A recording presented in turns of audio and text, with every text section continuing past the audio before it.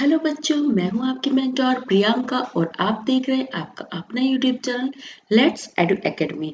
बच्चों, आज हम क्लास 7 की जो एनसीईआरटी है पॉलिटी की, जिसका नाम है सोशल एंड पॉलिटिकल लाइफ, जो कि किसका पार्ट है? सोशल साइंस का पार्ट है। ठीक है, मीन्स जो सोशल साइंस सब्जेक्ट है उसी में ही पॉलिटी का ही पार्ट है। मीन्स पॉलिटी भी एक बुक का नाम, मतलब एक बुक है जिसका नाम है social and political life. Means राजनीति विज्ञान जो होती है उसके उसके बारे में बताया गया है। ठीक है, कि ये उसकी बुक है और ये social and political life means सामाजिक और राजनीतिक जीवन।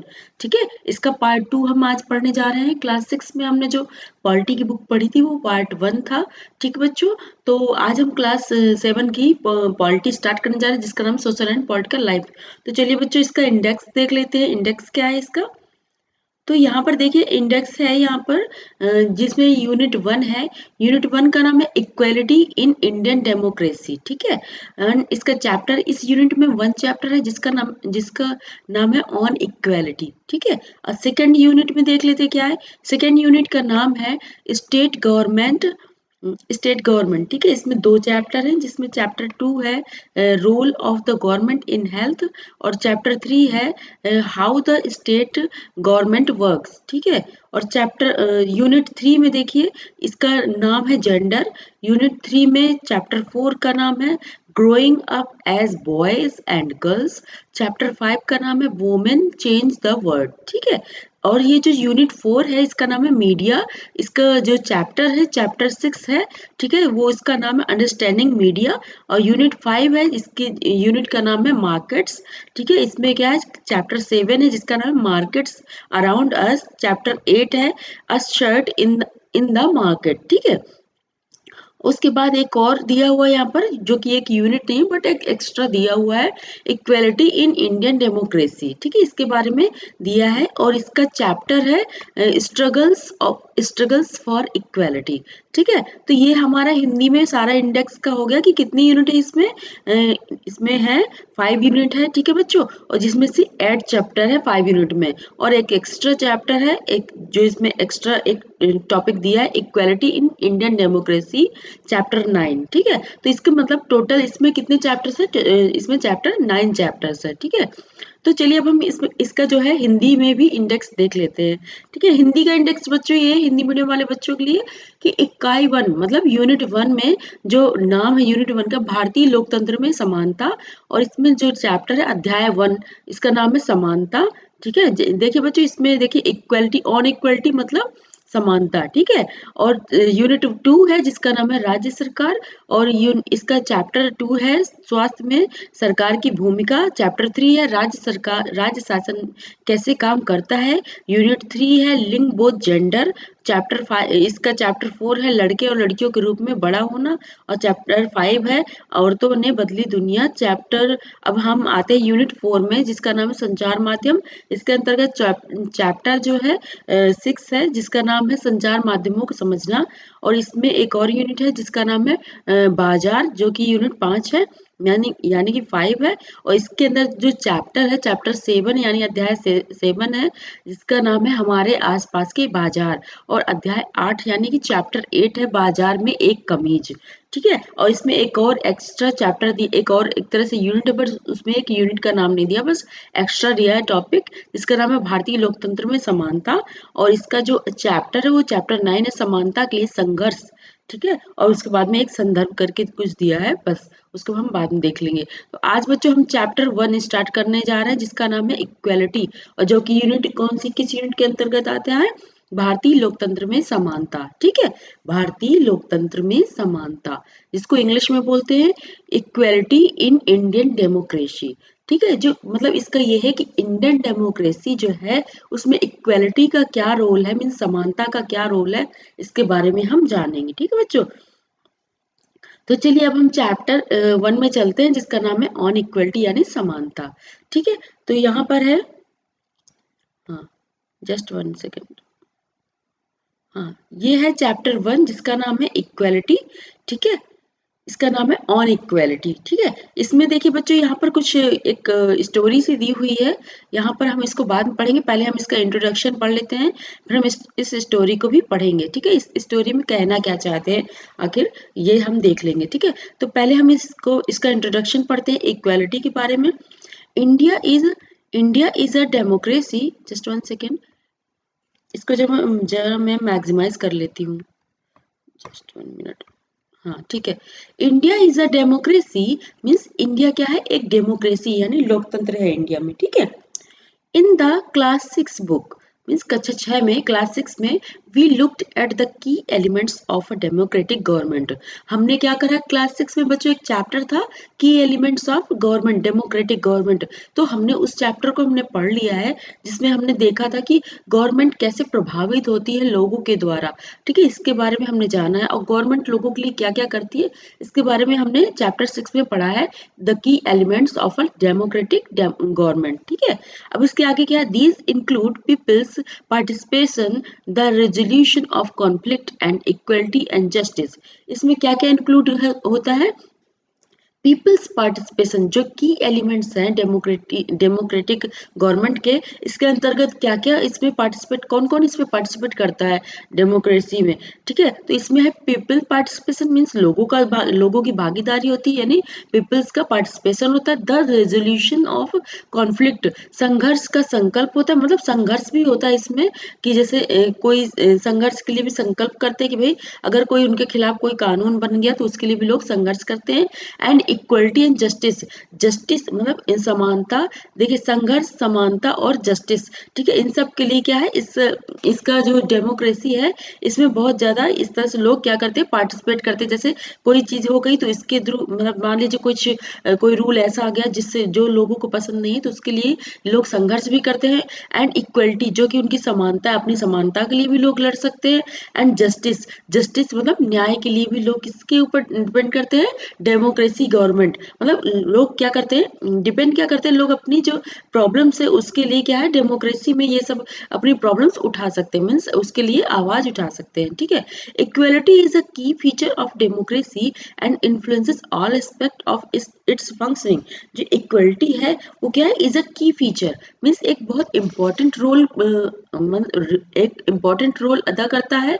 मीन्स एक इम्पॉर्टेंट, बहुत ज्यादा इम्पॉर्टेंट है, उसमें महत्वपूर्ण है, किसके लिए, डेमोक्रेसी के लिए। जो कि क्या करती है, प्रभाव डालती है, जो उसकी कार्यशैली है डेमोक्रेसी में, जैसे गवर्नमेंट, जो भी गवर्नमेंट है उसकी जो कार्यशैली है, मीन्स जो भी उसको काम करना है, तो उसमें क्या है कि ये जो इक्वेलिटी है बहुत प्रभाव डालती है। ठीक है, इसकी वजह से बहुत सारे संघर्ष भी होते हैं कुछ इक्वेलिटी के लिए, कि मतलब कि अगर किसी की समानता, अगर कोई असमान अपने आप को इनइक्वल फील कर रहा है तो उसके लिए भी संघर्ष होता है। तब भी जाके जो सरकार की कार्यविधि मीन्स फंक्शनिंग है, जो कार्यप्रणाली है, तो उसमें क्या है, सरकार को चेंज करना पड़ता है। ठीक है, तो यही चीज यहाँ पर दिया गया है, जो कि मतलब फंक्शन ऑफ इट्स फंक्शनिंग, जो कि सारी जो इसकी जो कार्यशैली है वो लोगों के द्वारा क्या है, लोगों के द्वारा प्रभावित हो जाती है। लोग इसकी वजह से, लोग क्या करते हैं, लोग कुछ ऐसी प्रॉब्लम्स उठाते हैं जिसकी वजह से सरकार को खुद झुकना पड़ता है और अपने रूल्स को चेंज करना पड़ता है, और या तो फिर मॉडिफाई करना पड़ता है। ठीक है, in this chapter you will read more about equality. इस चैप्टर में आप इक्वलिटी के बारे में बहुत सारी चीजें पढ़ेंगे, बहुत सारी बातें पढ़ेंगे। What is it, what it is means यह क्या है, why it is important means equality क्यों इम्पोर्टेंट है, इन अ डेमोक्रेसी यानी लोकतंत्र में क्यों इम्पोर्टेंट है, एंड वेदर और not everyone is equal in India. और अभी तक मतलब इंडिया में हम सब इतने इक्वल, मतलब इक्वल क्यों नहीं है, इसके बारे में हम जानेंगे। Let's begin by looking at Kanta story. चलिए अब हम इस चैप्टर को शुरू करते हैं, कैसे, कांता की स्टोरी से। ठीक है, कांता कौन है, क्या काम करती है, कि उसके मतलब इस स्टोरी में इक्वलिटी से उसका क्या रिलेशन है, इसके बारे में हम जानते हैं। तो चलिए बच्चों, अब हम आज ये स्टोरी पढ़ते हैं। इस स्टोरी में क्या है, ठीक है। On election day Kanta and her friend Sujata are waiting to cast their votes. एक दिन क्या होता है, जैसे इलेक्शन होते हैं बच्चों, जैसे नॉर्मल हम लोग की लाइफ में इलेक्शन, जैसे कि हर 5 साल में इलेक्शन होते हैं हमारे यहाँ, हमारे देश में या फिर राज्यों में। ठीक है, तो वैसे ही एक इलेक्शन का डे था। Kanta and her friend Sujata, ये कांता है और ये उसकी फ्रेंड है सुजाता। ठीक है, तो ये क्या करते हैं, दोनों लोग जाते हैं ये दोनों लोग क्या करते हैं, जाते हैं कहाँ पर, वोट डालने के लिए जाते हैं, ठीक है। अब वहां पर ये दोनों आपस में बात कर रही होती हैं। यहाँ पर इसने कांता ने बोला, is not it good Sujata that we can all vote as equal citizen of our country. ये क्या सही, कितना अच्छा है ना सुजाता, कि हम सबको एक इक्वल, मतलब हम सभी नागरिकों को, इस देश के सभी नागरिकों को इक्वल समझा गया है वोट डालने के लिए, ठीक है। इवन जैन साहब is standing in the line with us. यहाँ तक कि जैन साहब जो कि है वो भी इस लाइन में क्या है, स्टैंड अप, मतलब यानी वहां पर क्या है, खड़े हुए हैं। जैसे कि ये है जैन साहब, ठीक है, मान लीजिए इनको यही है जैन साहब। अब आगे देखते हैं कि यही जैन साहब है या फिर कोई और है, ठीक है। तो मतलब एक एग्जाम्पल की तरह कि मैं हम ये मान के चलते हैं ये जैन साहब है और ये खड़े हुए हैं, ठीक है। तो ये कह रहे हैं कि देखिए कितना अच्छा है कि हम भी यहाँ पर खड़े हैं, मतलब इसी लाइन पे, और हमारे जो एक जो मतलब एक जैन साहब है वो भी वहां पर उसी लाइन में खड़े हैं जहाँ पर हम खड़े हैं, ठीक है, वोट डालने के लिए। अब आगे देखते हैं क्या होता है। Go on Kanta, it's your turn now, ठीक है। तो अब उसकी फ्रेंड बोलती है, सुजाता बोलती है, कहती जाओ कांता अब तुम्हारा नंबर है वोट डालने का, ठीक है। I will vote for the candidate who has promise to bring pipe water to our area. तो जो कांता होती है बोलती है, I will vote for the candidate, मैं उस कैंडिडेट को वोट डालूंगी जो कि क्या करेगा, जिसने प्रॉमिस किया है पाइप वाटर हमारे एरिया में लाने के लिए, जिसने प्रॉमिस किया है, मैं तो उसी को वोट डालूंगी, ठीक है। अब आगे चलते हैं। आफ्टरवर्ड, इसके बाद जैसे कि वोट फिनिश होते हैं, वोटिंग डालना फिनिश होता है, उसके बाद क्या होता है, we will see you later Kanta. Yes नमस्ते साहब, मतलब उन्होंने बोला we will see you, we will see you मतलब कि हम आगे मतलब आपसे मिलते हैं बाद में। तो उसने कांता ने कहा यस साहब, मतलब नमस्ते साहब, ठीक है। अब ये इसको साहब क्यों कह रही है, क्या है इसके बारे में हम यहाँ पर जानेंगे, ठीक है। यहाँ पर 1 मिनट बच्चे, थोड़ा सा मैं इसकी वॉइस तेज कर लेती हूँ। हाँ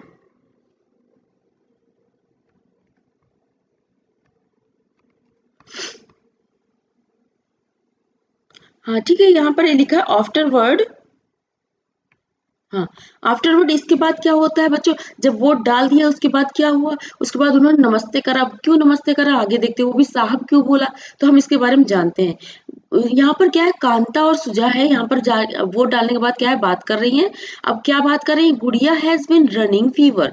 इस जो कांता है वो कह रही है मेरी बेटी क्या है, उसको क्या है, फीवर बहुत ज्यादा आ रहा है, and I have to take her to the hospital, मुझे उसको हॉस्पिटल लेके जाना पड़ेगा। But I will have to finish the work at साहब हाउस।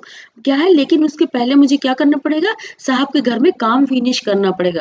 फर्स्ट मीन सबसे पहले, and ask for some advance, और उनसे कुछ एडवांस के बारे में मतलब बात करनी पड़ेगी। एडवांस मतलब कुछ रुपयों के बारे में वो बात करना चाहती है, किससे, साहब से, जहाँ पर वो काम करती है, ठीक है। तो एक तो देखिए क्या है, ये डेली वर्कर है, मतलब जैसे वहां पे उनके घर में क्या करती है, काम करती है, ठीक है। अब यहाँ पर देखते हैं क्या हुआ, उसके बाद वो जो कांता अपने घर आ जाती है, उसने देखा, here have some of this you will feel better. Means उसकी माँ कहती है, बेटा यहाँ पर बहुत यहाँ पर इस ग्लास में कुछ लिए हुए, उन्होंने कहा कि इसको पी लो, इससे आप क्या है बहुत अच्छा फील करोगे। And when I get back in the evening we will go to the hospital, okay. तो उन्होंने कहा कि ठीक है, तुम इसको पी लो और तुम्हें काफी अच्छा फील होगा, ठीक है। और इसके बाद जब मैं शाम को आऊंगी तब मैं और आप क्या करेंगे, हॉस्पिटल चलेंगे, ठीक है। It's no wonder that Gudiya fall it ill often, the basti is never cleaned. अब ये ऐसा क्यों ना हो कि मेरी बेटी ऐसा हमेशा बीमार क्यों पड़ जाती, क्यों ना पड़े, क्योंकि यहाँ पे इतनी गंदगी है कि इसकी वजह से मेरी बेटी क्या होती है, बीमार पड़ जाती है, ठीक है, हर बार। क्योंकि ये बस्ती जो है, ये जो बस्ती देखिए कितनी गंदगी है यहाँ पर, ठीक है। इस वजह से वो सोच रही है, जाते जाते सोच रही है, काम करने जा रही है, सोच रही है कि ये बस्ती इतनी गंदी है, तो ऐसा क्यों ना हो, क्यों ना मेरी बेटी बीमार हो इतनी गंदगी की वजह से, ठीक है। अब इसके आगे है, make sure to do the corner property. Make sure means ये जो जिनके घर में काम करने गई हैं ये कांता, वो बोल रही हैं कि ध्यान देना कि जो कि कॉर्नर है उसको सही से अच्छे से प्रॉपरली क्या कर लेना, साफ कर लेना, ठीक है। ये है मिस्टर कान, जो साहब बोल रही थी ना, वो ये है, ठीक है। जिनका नाम क्या बोला था इन्होंने, हाँ इन्होंने कुछ बोला था, हाँ, जैन साहब बोला था, ठीक है। तो ये क्या है, ये है जैन साहब, ठीक है। तो ये इन्हीं के बारे में बात हो रही थी। अब इसके बारे में आगे क्या है, here is your advance Kanta, but don't make a habit of it. ये क्या है, कांता है, ठीक है, जो कि काम करती है घरों में, ठीक है, और ये है जिनके घर में काम करती है। तो वो बोल रही, क्योंकि कांता को जरूरत थी, क्योंकि उसकी बेटी क्या है, बीमार है, तो उसको कुछ रुपयों की जरूरत थी, तो वो क्या करती है, अपने जिनके यहाँ काम करती है उसके यहाँ कुछ कहती है, भाई मैडम कुछ एडवांस दे दीजिए, क्योंकि मेरी बेटी को कुछ प्रॉब्लम है। तो ऐसे करके उन्होंने बोला होगा कांता ने। तो जिनके घर में काम कर रहे वो बोल रही, ठीक है कांता ये ले लो, लेकिन अब इसकी आदत मत डाल लेना कि हर बार तुम मुझसे रुपया मांगने लगो, ठीक है। अब इसमें आगे देखते हैं। अब वो क्या करती है, अब वो अपनी बेटी को हॉस्पिटल लेके जाती है, ठीक है। ये देखिए ओपीडी है, जहाँ पर सब लोग लाइन लगा के खड़े हुए हैं डॉक्टर से, मतलब दिखा डॉक्टर को दिखाने के लिए, ठीक है। यहाँ पर लिखा है, ये सोच रही है, मतलब जो कांता है वो सोच रही है, जैन साहब and Jain madam and Jain साहब में stand in line to vote, means may be, मतलब but they never have to do it when their children are sick. ये बोल रही कांता कि जैन साहब और जैन मैडम भले ही वोट वाली लाइन में हमारे साथ खड़ी थी, लेकिन जो अगर उनके बच्चे बीमार हो जाते तो क्या उनको ऐसे लाइन में नहीं खड़ा होना पड़ता है, ठीक है। वो ये चीज कह रहे हैं, मतलब इस लाइन में नहीं खड़ा होना पड़ता। वो और उसके बाद अपनी बेटी से कह रही, जस्ट फ्यू मोर मिनट बेटी, मतलब थोड़ी देर और रुक जाओ बेटी, क्योंकि लाइन काफी लंबी थी और डॉक्टर से मिलना इतना आसान नहीं होता। ऑब्वियसली गवर्नमेंट में भी, ये गवर्नमेंट हॉस्पिटल में गई है क्योंकि इनके पास रुपए भी नहीं था, और वहां पर क्या है, इलाज सस्ता होता है। इस वजह से क्या है, गरीब लोग कहाँ जाते, ज्यादातर जो गवर्नमेंट हॉस्पिटल होते हैं वहीं पर जाते हैं। लेकिन जिनके पास थोड़ा बहुत रुपये होता है तो वो लोग ज्यादातर क्या करते हैं, क्या प्रेफर करते हैं, प्राइवेट हॉस्पिटल प्रेफर करते हैं बच्चों। तो इस वजह से जैन साहब और जैन मैडम को इस वाली लाइन में लाइन नहीं लगाना पड़ता। इनका सोचने का मतलब ये है, ठीक है। तो मतलब बच्चों यही है, इसमें देखिए कितनी इक्वेलिटी इसमें कहीं पर आपको लग रही है, कितनी इनक्वेलिटी है। देखिए ये एक काम करने वाली एक लेडी है, ठीक है, एक ये क्या है, ये जो उनको एम्प्लॉय, मतलब जिनको काम दे रही है, ठीक है। ये सोचिए कि इन दोनों के बीच में कितनी इनइक्वलिटी, मीन्स कितनी असमानता है, ठीक है। तो वही इक्वलिटी के बारे में हम यहाँ बात करना है कि इक्वलिटी, इतनी इक्वलिटी, इनइक्वलिटी होने के बाद भी इक्वलिटी को कैसे लाया जा सकता है, और क्या क्या गवर्नमेंट करती है, इन सारी चीजों के बारे में हम इस चैप्टर में पढ़ेंगे। तो बच्चों चलिए अब हम इस चैप्टर को, कॉन्सेप्ट जो इसके कंटेंट है उसको हम शुरू करते हैं। बच्चों शुरू करने से पहले मैं आपसे कहना चाहती हूँ, बच्चों अगर आपने हमारे चैनल को सब्सक्राइब नहीं किया हो तो सब्सक्राइब कर लीजिएगा और बेल आइकन को जरूर प्रेस कर लीजिएगा। और हाँ, अगर आपको हमारे लेक्चर्स पसंद आते हैं तो लाइक करिए और अपने दोस्तों के साथ शेयर कर दीजिएगा। ठीक है बच्चों, चलिए अब हम इस कंटेंट को शुरू करते हैं, जिसका फर्स्ट हेडिंग है यहाँ पर, इक्वल राइट टू वोट, ठीक है। Equal right to vote means जो वोट का सबको क्या है, इक्वल राइट है, सभी को क्या है, बराबर का अधिकार है, इसके बारे में हम पढ़ते हैं। The story ever begins with Kanta standing in line to cast her vote।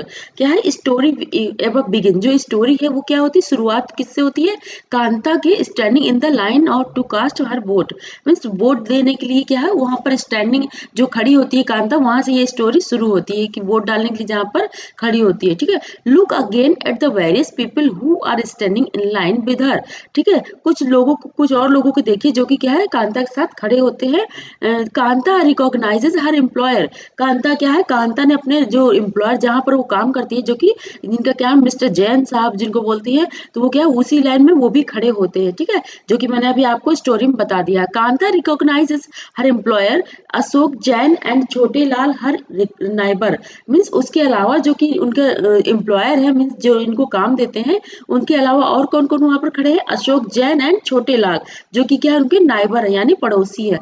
In a democracy country, in a democracy country like India, all adult irrespective of what religion they belong to, ठीक है, means जो कि in democracy country, जो कि लोकतांत्रिक जो राज, मतलब कि वो होते हैं, देश होते हैं, लाइक इंडिया, जैसे कि India, all adult irrespective of what religion they belong to, how much education they have had, what caste they area, और वेदर दे आर रिच और poor, are allowed to vote. यहाँ पर ये कहना चाहते हैं, जैसे कि कुछ जो डेमोक्रेसी कंट्री होती है, जो देश होते हैं, लोकतांत्रिक देश होते हैं, जैसे कि इंडिया है, तो उन सबको वहां पर क्या होता है, जो सारे एडल्ट होते हैं, जो कि वयस्क लोग होते हैं, जिनकी एज 18 या फिर 18 से ऊपर हो जाती है, उन सबको क्या है, वोट देने का अधिकार होता है। और वहां पर ये नहीं देखा जाता कि क्या है उसका जो, मतलब एज क्या है, सॉरी एज नहीं, जो कि रिलीजन क्या है ये भी नहीं देखा जाता है, या एजुकेशन क्या है ये भी नहीं देखा जाता, एंड कास्ट क्या है उनकी ये भी नहीं देखी जाती है, ये भी नहीं देखा जाता कि वो रिच है या पुअर है।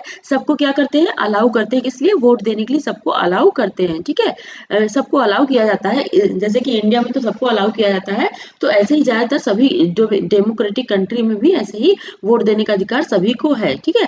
This as you have already read in the chapter 6 book is called universal adult franchise. जैसे कि आपने चैप्टर 6 में पढ़ा, इसको वोट देने को, जैसे कि सबको वोट देने का अधिकार है, उसको क्या बोलते हैं, यूनिवर्सल एडल्ट फ्रेंचाइजी मीन्स सार्वभौमिक वयस्क मताधिकार बोलते हैं, ठीक है। मताधिकार यानी कि वोट डालने के लिए बोलते हैं कि सभी को वोट देने का अधिकार है, इसका मतलब सार्वभौमिक वयस्क मताधिकार मीन्स यूनिवर्सल एडल्ट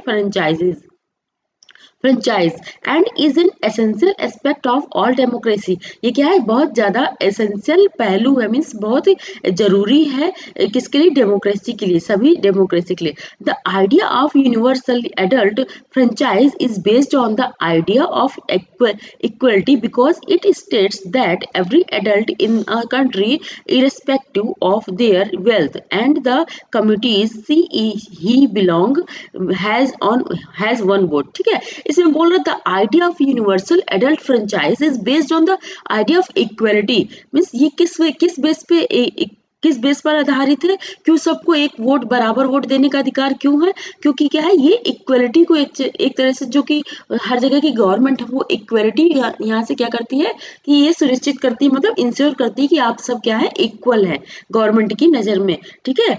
जो कि मतलब जो कानून है, जो कि उस देश का कानून है, इसमें आप क्या है, सब इक्वल है, इसको दर्शाने के लिए यहाँ पर क्या है, सबको एक जैसा वोट देने का अधिकार है, ठीक है। यहाँ पर लिखा है because it state that every adult in country, इसके बारे में बता दिया, भले ही उसके पास क्या है, धनी है या फिर या वो किस समुदाय का, इससे कोई फर्क नहीं पड़ता है, ठीक है। Kanta is excited to vote and happy that she is equal to all of the others because each of them has one vote, ठीक है। कांता बहुत खुश थी उस दिन जब वो वोट वाली लाइन में खड़ी थी कि हम सब कितने मतलब इक्वल है इस समय, तो हम सब इक्वल है, ठीक है। और क्या है, सबको एक ही वोट देने का अधिकार है, वही अधिकार मेरे पास है, मेरे पास भी है। तो इससे क्या है, वो अपने आप को बहुत ही गौरवान्वित फील कर रही थी, मीन्स बहुत ही ज्यादा खुश हो रही थी, ठीक है। तो यही है, इसके बाद फिर क्या होता है कि अब लेकिन उसने क्या excited to vote happy and she equal to other, means ये भी सोचे कि मतलब जिनके घर में काम करती थी वो भी उसी लाइन में खड़े थे कि मतलब वो भी उसी उन्हीं के इक्वल हो गए, यानी कि वो अपने आप को क्या समझ रही थी, उन्हीं के इक्वल, जिनके घर में काम कर रही थी उन्हीं के बराबर अपने आप को समझ रही थी, और काफी गौरवान्वित महसूस कर रही थी, मीन्स काफी प्राउड फील कर रही थी, ठीक है। But as her day goes on Kanta becomes less certain about what the equality really means. जैसे जैसे क्या है बच्चों, दिन ढलता गया तो कांता सोचने लगी कि मतलब उसको शंका होने लगी कि यार ऐसा नहीं है, हम मतलब इक्वल नहीं हूँ, मतलब मैं इक्वल नहीं हूँ। कुछ ऐसी उसके साथ घटनाएं हुई जिसकी वजह से उसको क्या लगा कि मैं मेरे में और बाकी जो जैसे जैन साहब है उन जैसे लोगों में बहुत अंतर है। वो ऐसा उसको क्यों फील हुआ, उसके बाद उसके बारे में हम पढ़ते हैं। What is it that makes Kanta unsure, ऐसा क्या था जिसने कांता को ऐसा बना दिया, ऐसा सोचने पर मजबूर कर दिया कि हम क्या है, एक इक्वल नहीं है। Let's take a look at the day in her life, चलिए उसके एक दिन के बारे में देखते हैं कि उसके उसकी लाइफ का जो एक दिन है उसके बारे में हम जानते हैं। She lives in a slum and has a drain behind her house, वो कहाँ रहती है, वो के एक स्लम में रहती है जहाँ पर मतलब जो झुग्गी झोपड़ी होती है वहां पर वो रहती है, और उसके घर के जो पीछे वाला पोर्शन वहां पर क्या बहता है, एक नाला बहता है, जो कि गंदा नाला होता है, वो उसके घर के पीछे बह रहा होता है, ठीक है। मतलब होता है, हर डॉटर इज सिक, उसकी डॉटर मतलब उसकी बेटी बीमार है, but she can not take the day off from work because she need to borrow money from her employers to take her child to the doctor. वो क्या है, लेकिन वो छुट्टी नहीं ले सकती क्योंकि क्या है, उसको अपनी बेटी को डॉक्टर के पास लेके जाना और उसके पास रुपए नहीं है इससे, और वो रुपए किससे लेना चाहती है, जिनके यहाँ काम करती है उनके यहाँ कुछ एडवांस रुपए लेना चाहती है, ठीक है। हर जॉब इस वजह से वो क्या करती है, छुट्टी नहीं ले पाती क्योंकि उसके पास इतना रुपया नहीं है कि छुट्टी लेके वो अपनी बेटी को डॉक्टर के पास दिखा दे, ठीक है। Her job as a domestic help tires her out and finally she and her day by again standing in a long line.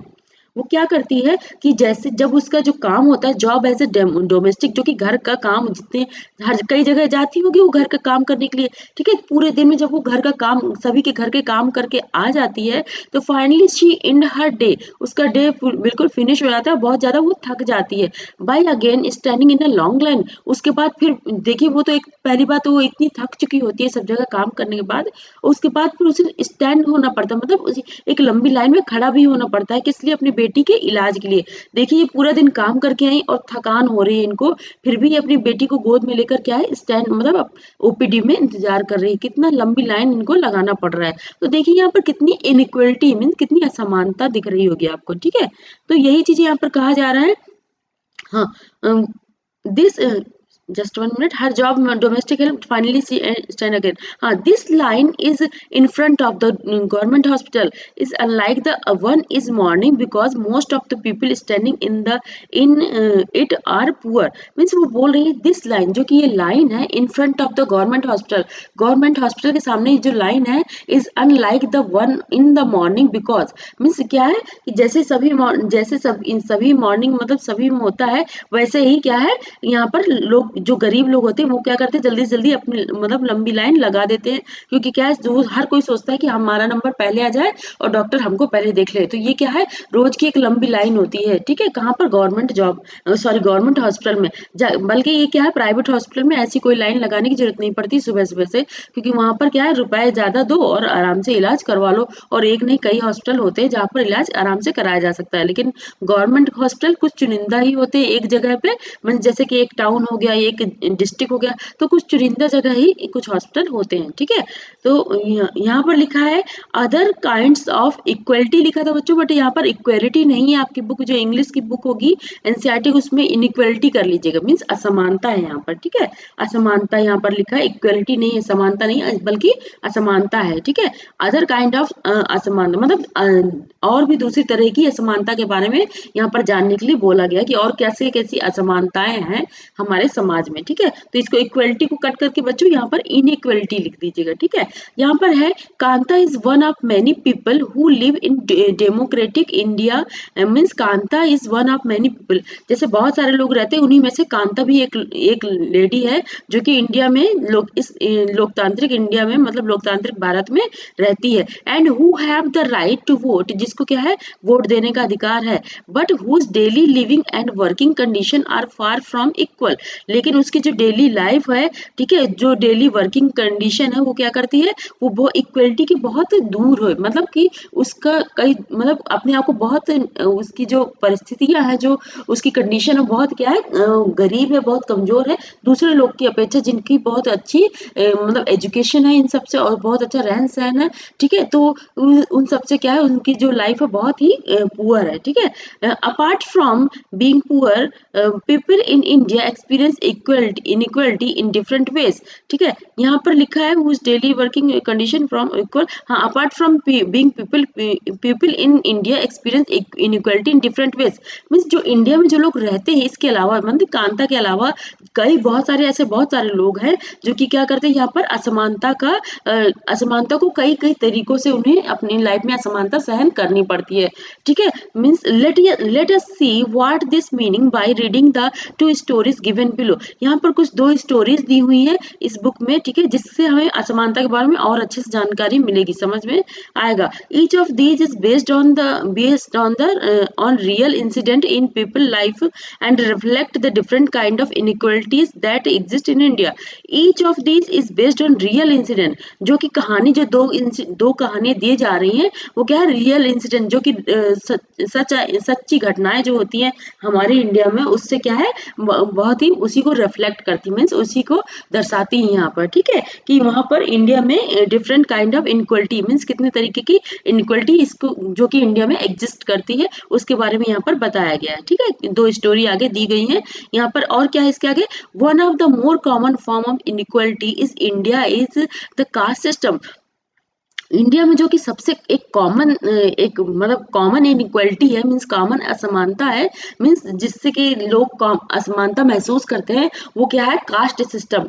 Caste system जो इंडिया में क्या है, बहुत ज्यादा एक कहते हैं ग्राउंड लेवल तक बिल्कुल अटका हुआ, मीन्स ग्राउंड लेवल तक उसकी जो एक मतलब स्थिति है, बिल्कुल ग्राउंड लेवल तक, मतलब कि हर किसी की लाइफ में कास्ट का बहुत ज्यादा इंपॉर्टेंस है। मतलब हर किसी की कोई अपनी अपनी कास्ट बनी बनी हुई है, जो कि आज की नहीं, बहुत पुराने समय की है, ठीक है, जो कि लोगों ने बनाया था, जो कि पुरोहित लोग होते थे उस समय के, उन्होंने बनाया था, ठीक है। तो वही चीज है कि कास्ट इतना लोगों के माइंड में मतलब एक तरह से एग्जिस्ट हो चुकी है, मीन्स वहां पर अपना जो एक स्थान है वो बना चुकी है। तो वो एक क्या है, इक्वलिटी इनइक्वलिटी का एक बहुत बड़ा रोल होता है, उसकी वजह से, कास्ट की वजह से बहुत ज्यादा इनइक्वलिटी हमारे समाज में है, इंडिया में, मीन्स भारत में। If you live in rural India you caste, अगर आप गांव में रहते हैं, then you caste identity is something that you probably learn और experience very young.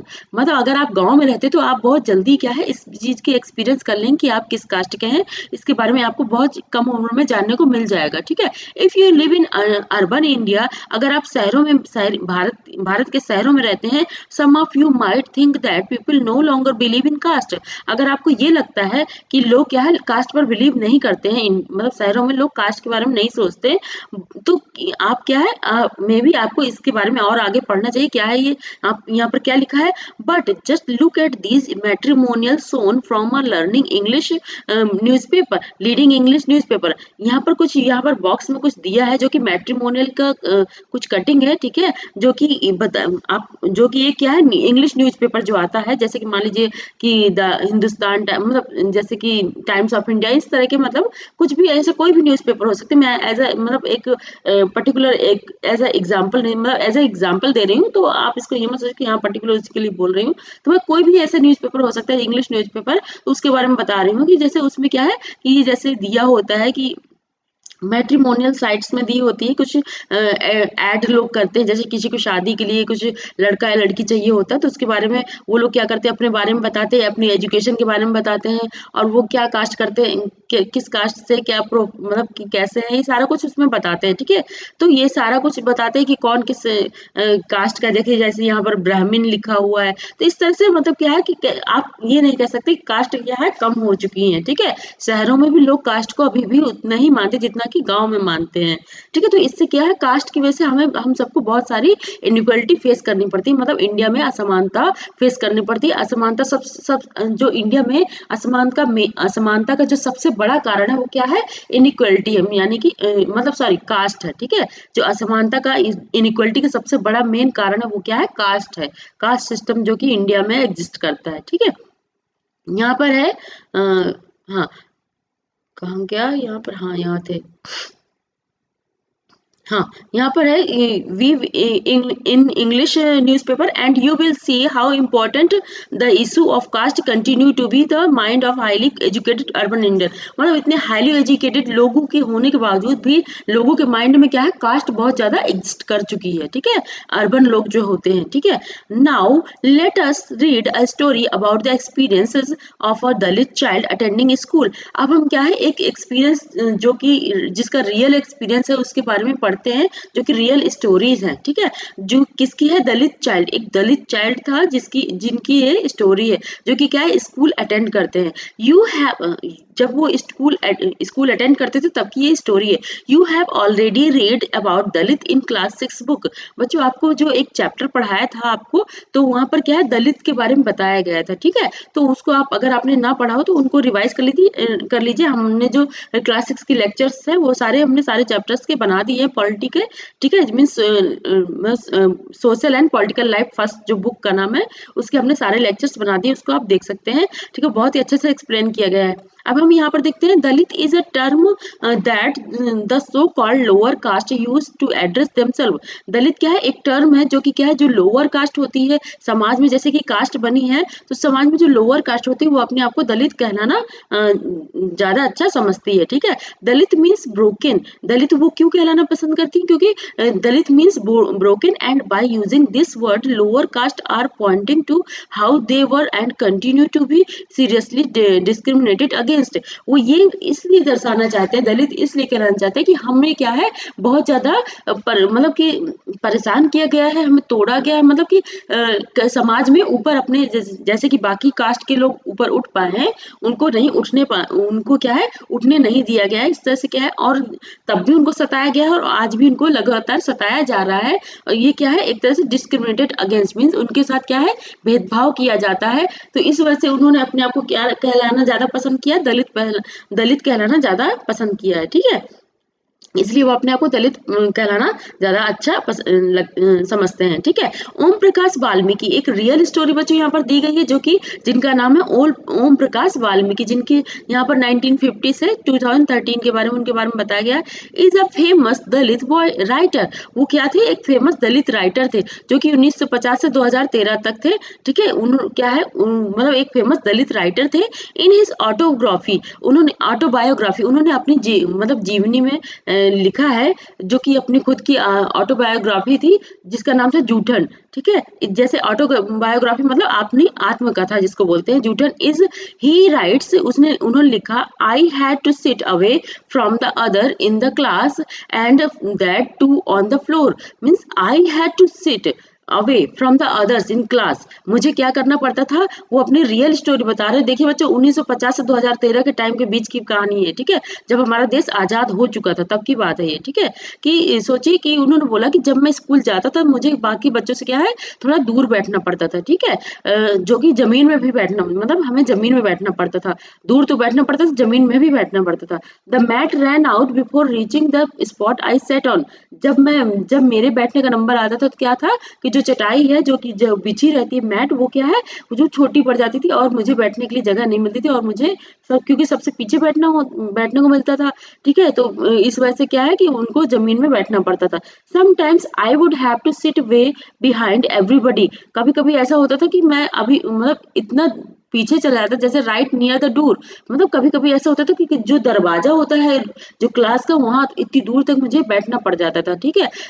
Sometimes they would beat me without any reason, वो लोग क्या करते थे कभी कभी वो बिना मतलब के मुझे पीटते भी थे, जैसे कि टीचर्स हो गए और वहां पर जो सवर्ण थे उस समय के, तो वो लोग क्या करते थे मुझे पीटते भी थे, ऐसा उनका कहने का मतलब है यहाँ पर, ठीक है। वेन सवर्ण कहने का मतलब बच्चों कि जो अदर कास्ट के थे उनके बारे में यहाँ पर कह रही हूँ कि जो उनसे ऊपर जो एक जो कास्ट सिस्टम बन गया है, लेवल जो ऊपर फिर नीचे उसके बारे में जो अपने आप को हाई लेवल का समझते थे, तो वो लोग क्या करते थे पीटते थे उस बच्चे को, ठीक है।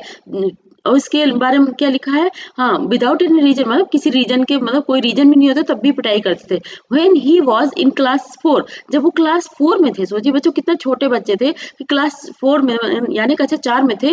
The headmaster asked Om Prakash to sweep the school and the playground, तब जो ओम प्रकाश के जो हेडमास्टर थे यानी कि जो प्रधानाचार्य होते हैं, तो क्या करते हैं उन्होंने कहा कि स्कूल में बोला कि सारे जो प्लेग्राउंड है और स्कूल में जाके तुम झाड़ू लगाओ, मीन्स पूरे स्कूल में और पूरा प्लेग्राउंड जो खेलने का मैदान होता है उसमें उसको कह दिया कि जाके तुम झाड़ू लगाओ साफ सफाई करो, ठीक है। किससे बोला, ओम प्रकाश से बोला, इनकी उनके टीचर ने सोचिए बोला, ठीक है।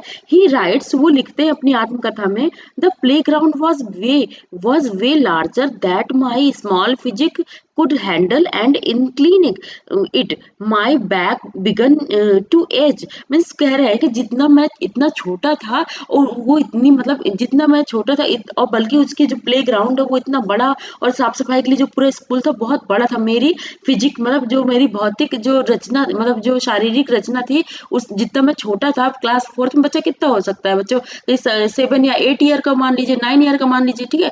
उतना छोटा बच्चा होता है, उनसे कहा गया कि पूरे स्कूल साफ करिए, और क्या कहा गया कि पूरे जो इतनी बड़ी फील्ड होती है बच्चों की खेलने की, उस छोटे से बच्चे से क्या करा गया, कहा गया कि तुम साफ करो, ठीक है। वो बेचारे क्या करते रहे, साफ करते रहे, झाड़ू लगाते रहे, ठीक है। और उनकी जिसकी वजह से उनकी क्या है कमर में बहुत ज्यादा दर्द शुरू हो गया। My face was covered with dust, और वो कह रहे हैं मेरा जो चेहरा है वो धूल से ढक गया। Dust had gone inside my mouth, वो जो धूल थी वो मेरे मुंह में चली गई। The other children in my class were studying, I was sweeping, means सोचिए उस समय कितना मतलब कितना डिस्क्रिमिनेशन था, कितना भेदभाव लोग स्कूल तक में फेस करना पड़ता था बच्चों को जो कि दलित थे, ठीक है। कि वो कह रहे थे कि मतलब वो कह रहे जो जब मुझे झाड़ू लगाने के लिए बोला जाता था, उस समय उस मेरे ही क्लास के बच्चों को क्या है, वो बच्चे क्या करते थे, पढ़ाई करते थे और मुझसे झाड़ू लगवाया जाता था, मुझे पढ़ाई नहीं करवाया जाता था, ठीक है। Headmaster was sitting in his room and watching me. सोचिए प्रधानाध्यापक जो कि मेन हेड होते हैं स्कूल के, वो उसको झाड़ू लगाते हुए देखते थे, और कहाँ से, अपने रूम से देखते थे, जो प्रधानाचार्य का क्या होता है, एक ऑफिस होता है, मीन्स हेड हेड मास्टर जो होते हैं, तो उनका ऑफिस होता है, वो वहां से देखते रहते हैं कि काम कर रहा है कि नहीं कर रहा। सोचिए इतने छोटे बच्चे से कितना, मतलब कितना पेन उनको हुआ होगा, उनकी सिर्फ उनकी कास्ट की वजह से उनको इतना ज्यादा टॉर्चर किया जा रहा था, ठीक है। I was not even allowed to get a drink of water. मुझे एक, मतलब थोड़ा सा पानी तक मुझे अलाउ नहीं था, मतलब मैं थोड़ा सा पानी भी पी नहीं सकता था स्कूल में। I swept the whole day, means मैं पूरा दिन सफाई करता रहा, from the door and windows of the school room the eyes of the teacher and the boy saw this spectre. मतलब मैं पूरा दिन क्या करता था, साफ सफाई करता था, दरवाजों की, खिड़कियों की, सब इतनी ज्यादा धूल थी, सबको साफ करता था स्कूल की। और क्या करते थे, जो टीचर थे और जो स्टूडेंट थे, वो सब मुझे ऐसे, मेरा जैसे तमाशा, जैसे कुछ कुछ ऐसे हो रहा है, लोग क्या करते, जैसे प्रोग्राम नहीं होता नुक्कड़ एरिया में, तो लोग जाके देखते रहते, भीड़ लगा लेते, वैसे ही सबके सब देखते रहते थे, कोई कुछ नहीं कहता था कि बेटा आप इतने छोटे हो, मतलब किसी की कोई हिम्मत ही नहीं थी, कोई मतलब बोलना ही नहीं चाहता था। वो अपने आप से क्या है, उस जो उसकी जो फैमिली वाली कास्ट है, वो उसी को वही समझते थे कि भाई ये बच्चा है, तो इससे भी वही काम करवाओ जो इसकी फैमिली कर रही थी, ठीक है। उसको पढ़ने नहीं दिया जाता था, ठीक है। ये चीज यहाँ पर लिखी। Om Prakash was made to sweep the school and the playground for the next couple of day. जो ओम प्रकाश था, वो क्या था, मेड टू स्वीप, जो अगला दिन था, सोचिए बच्चों, जैसे मान लीजिए आज बच्चा गया स्कूल, उसने आज भी सफाई की, और जब वो अगले दिन गया, उसने कल अगले दिन भी जाकर क्या करी, प्लेग्राउंड की सफाई करी, ठीक है। And this only came to an end when his father, ये तभी फिनिश हुआ ये जो काम, जो वरना उससे क्या है, उस बच्चे से काम करवाते रहते थे, छोटा बच्चा, सोचिए कितनी तकलीफ। ये देखिए, ये है उस जो जूठन जो बुक है, ये राइटर है जिन्होंने अपनी फोटो लगा रखी है, ठीक है, बचपन की, ठीक है। तो वही है कि उन्होंने क्या करा था कि हाँ, उनके पिताजी जब तक नहीं आए तब तक क्या करा, उनसे काम करवाते रहे वो लोग। Who happened to be passing by saw his son sweeping. जब क्या है, ये तब पता चला, जब उनके पिता को तब पता चला, जब वो उस जगह से जा रहे थे, मीन्स क्रॉस, जैसे कि स्कूल होगा वहीं से उसी रास्ते से, मतलब उनके पिताजी निकल रहे होंगे, तभी उन्होंने अचानक देख लिया कि उनका बेटा क्या कर रहा है, झाड़ू लगा रहा है। सोचिए बच्चों की, क्या किसी के पेरेंट्स आजकल की लाइफ में, सोचिए क्या किसी के पेरेंट्स ऐसा देखना, कितना दुख होगा, कितना गुस्सा आएगा उस पेरेंट्स को जिसका बच्चा स्कूल में पढ़ने गया है और उस बच्चे से क्या है, झाड़ू लगवाया जा रहा है। तो सोचिए आज, मतलब उस कंडीशन को सोचिए, उनके साथ कितना बुरा हो रहा था उस समय। आज भी होता होगा, बहुत सारे आप न्यूज़ पढ़ लीजिए बच्चों की, न्यूज़ में, न्यूज़पेपर्स में आज भी आप कई जगह की ऐसी स्टोरीज देख सकते हैं कि दलितों के साथ कितनी प्रॉब्लम्स हो रही है, कितना समाज में उनको अभी भी वैसे ही समझा जाता है जैसे पहले समझाता था, मतलब उनको अभी भी उठने नहीं दिया जाता है, कई समाज में ऐसा होता है, ठीक है। He confronted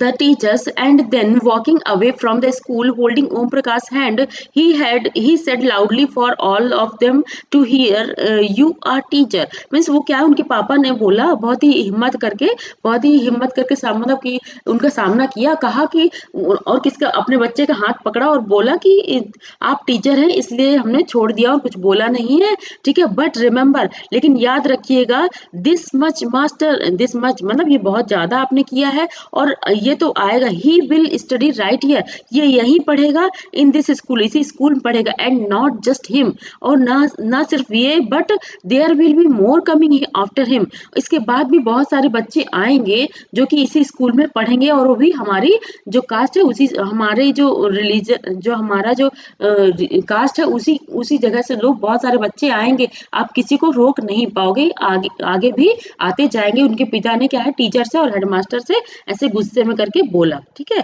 यहाँ पर देखिए लिखे कवर है उस पेज का, जिस जिस पेज में उन्होंने अपनी ऑटोबायोग्राफी लिखा है, उस पेज, उस बुक का ये कवर है, ठीक है।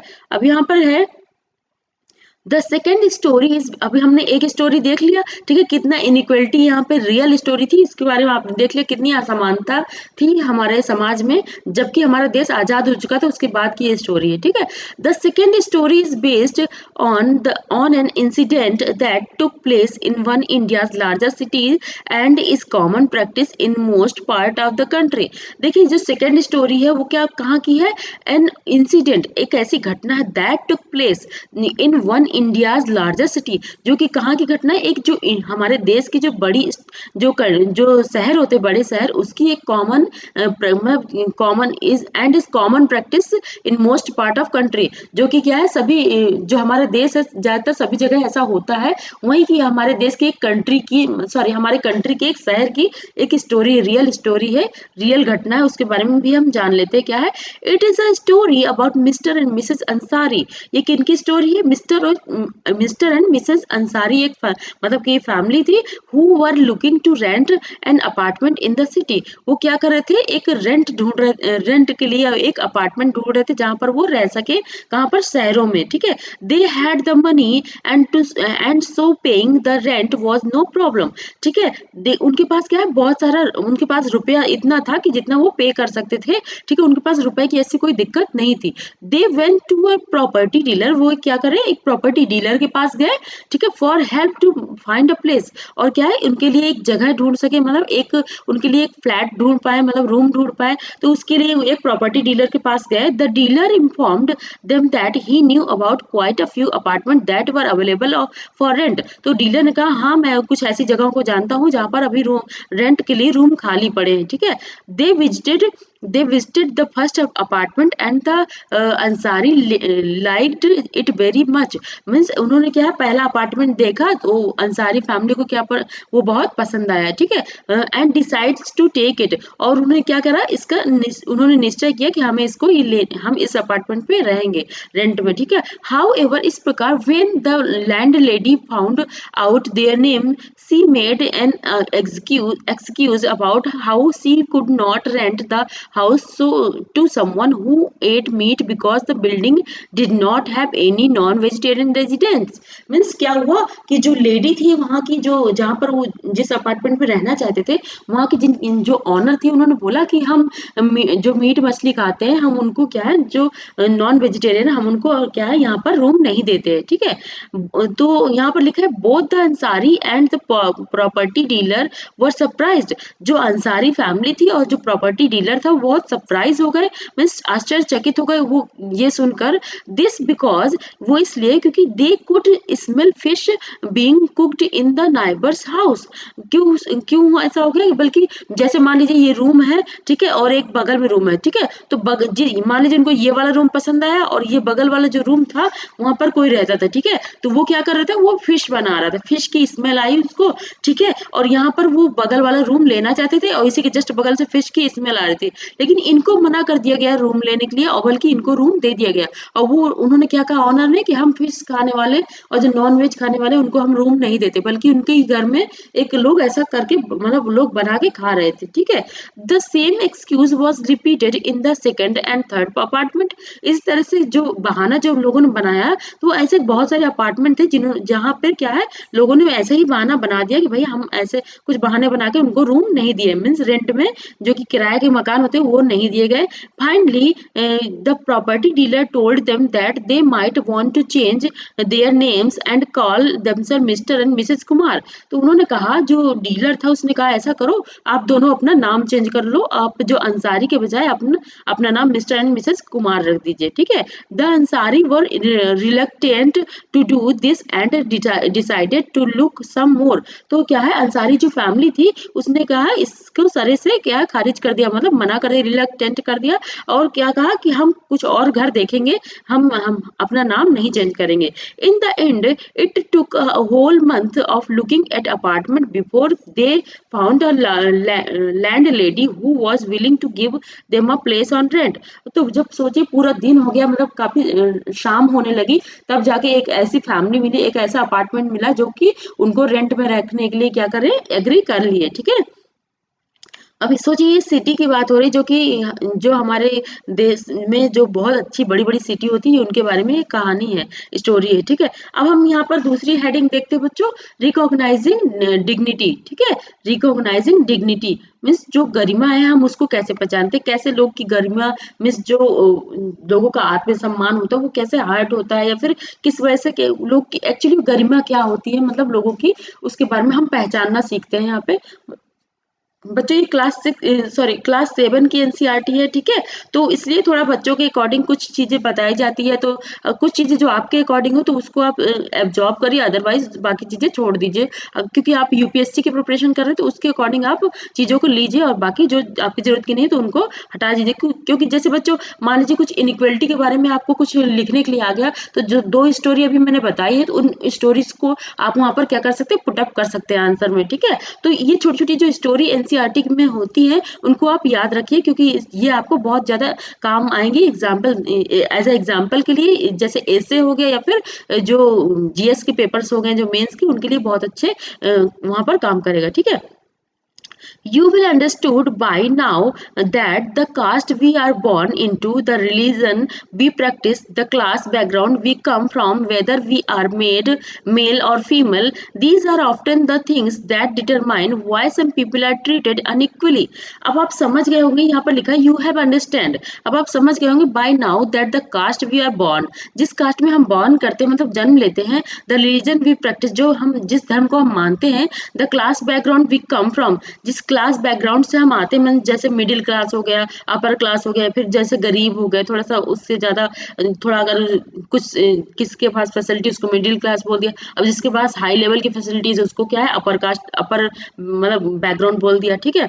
तो वही सब चीजें हैं वेदर वी आर मेल और फीमेल कि हम मेल है फीमेल है इससे क्या है these are often the things that determine why some people are treated unequally. इन सब की वजह से क्या है हम सबको क्या है इनइक्वलिटी फील मीन्स अपने आप फेस करनी पड़ती है। जैसे कुछ लोग होते हैं कि मान लीजिए कोई गरीब है तो उसको कहेगा अरे नहीं हटाओ इस बात नहीं करनी है। ऐसा कुछ होता है कि मतलब कुछ लोग जैसे मतलब अपने लेवल से कोई कम होता है किसी का किसी भी तरह किसी भी तरीके से कि अगर किसी कोई सोचता है अपने अपने लेवल से किसी को कम समझता है कि तो उस वो क्या है तभी वहां पर क्या इनइक्वलिटी आ जाती है, ठीक है? जैसे कि मान लीजिए कि कोई लेडी है, ठीक है? अब मान लीजिए एक ऑफिस है, ठीक है? ऑफिस में क्या होता है एक लेडी भी वर्क करती है वैसे ही एक जेंट्स भी वर्क करते हैं, लेकिन जो लेडी होती है उसको कम प्रेफरेंस लोग देते हैं, ज्यादातर ऐसा होता है, ठीक है? और लेकिन जो जेंट्स होते हैं उनको ज्यादा प्रेफरेंस देते हैं कंपनी के लोग, ठीक है?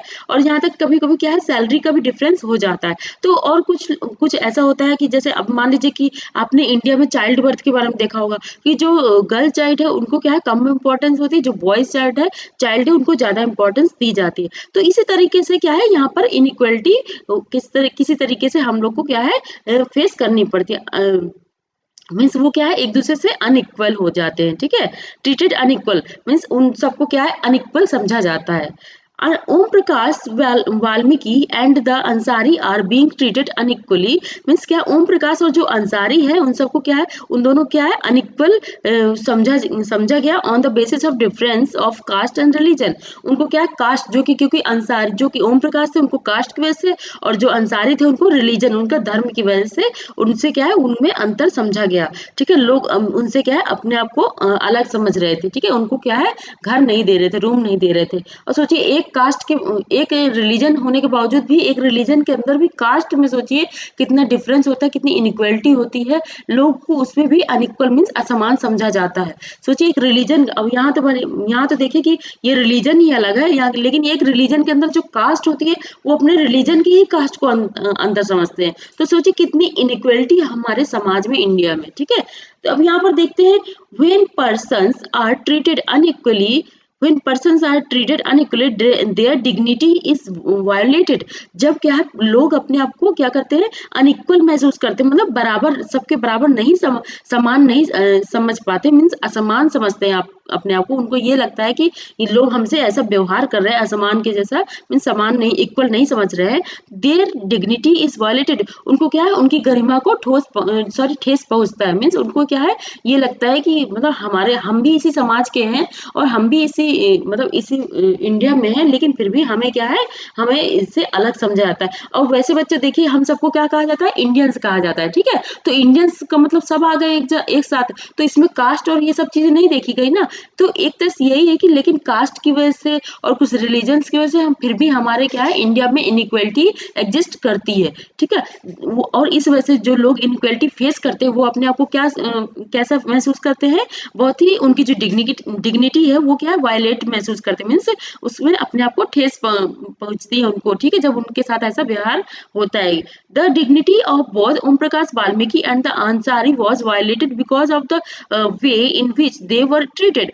उनको इसलिए ऐसा महसूस हुआ क्योंकि उनके साथ ऐसा व्यवहार किया गया, ठीक है, अंसारी और ओम प्रकाश वाल्मीकि के साथ। सोचिए ओम प्रकाश वाल्मीकि जो कितने छोटे थे, 4th क्लास में पढ़ रहे थे, उनके साथ ऐसा हुआ। अंसारी फैमिली जो सोचिए लोग कहते हैं कि सिटी में कास्ट सिस्टम का कोई ऐसा कुछ नहीं है, लेकिन फिर भी सोचिए उनको क्या है फिर ऐसा फेस करना पड़ा, ठीक है।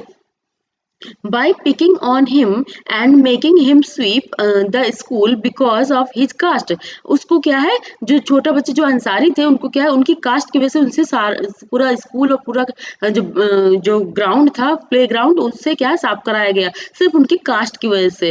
Om Prakash Valmiki schoolmates and teachers hurt his dignity. Om Prakash और क्या है उनकी जो टीचर्स थे उन्होंने क्या है उस जो डिग्निटी थी उसकी जो बच्चे की गरिमा थी उसको क्या है उसको मतलब लोगों ने हर्ट करा, मीन्स चोट पहुंचाई, ठीक है, मीन्स आहत करा। And made him feel as if he was less than equal to all other students in the school. और ये उस बच्चे को फील कराया गया कि तुम इन सारे बच्चों के बराबर नहीं हो बल्कि इन सबसे नीचे हो, ठीक है, तुम इसलिए इनके साथ नहीं बैठ सकते हो। एक सोचिए क्या मेंटेलिटी होती थी और अभी भी कई जगह होती है ऐसी मेंटेलिटी कि लोगों को अभी भी इक्वल नहीं समझा जाता है, ठीक है। यहाँ पर लिखा हुआ है अबाउट, हाँ, यहाँ पर लिखा है being a child Om Prakash Valmiki could do very little about the situation that he was in. मतलब ओम प्रकाश वाल्मीकि उस समय बहुत छोटे थे, वो समझ ही नहीं पा रहे थे कि उनके साथ ऐसा मतलब कितनी छोटी उम्र थी जब उन्होंने महसूस कर लिया कि उनके साथ क्या है कास्ट की वजह से इनइक्वलिटी फील हो, इनइक्वलिटी उनके साथ अनइक्वल बिहेव किया जा रहा है, ठीक है, जो कि वेरी लिटिल अबाउट इस चीज को समझने के लिए उनकी जो उम्र थी बहुत छोटी थी बच्चों, उन्हें इस उम्र में ये सब चीजें नहीं जानना चाहिए था जो कि उन्हें महसूस हो गई थी जो कि बचपन में इतनी छोटी उम्र में।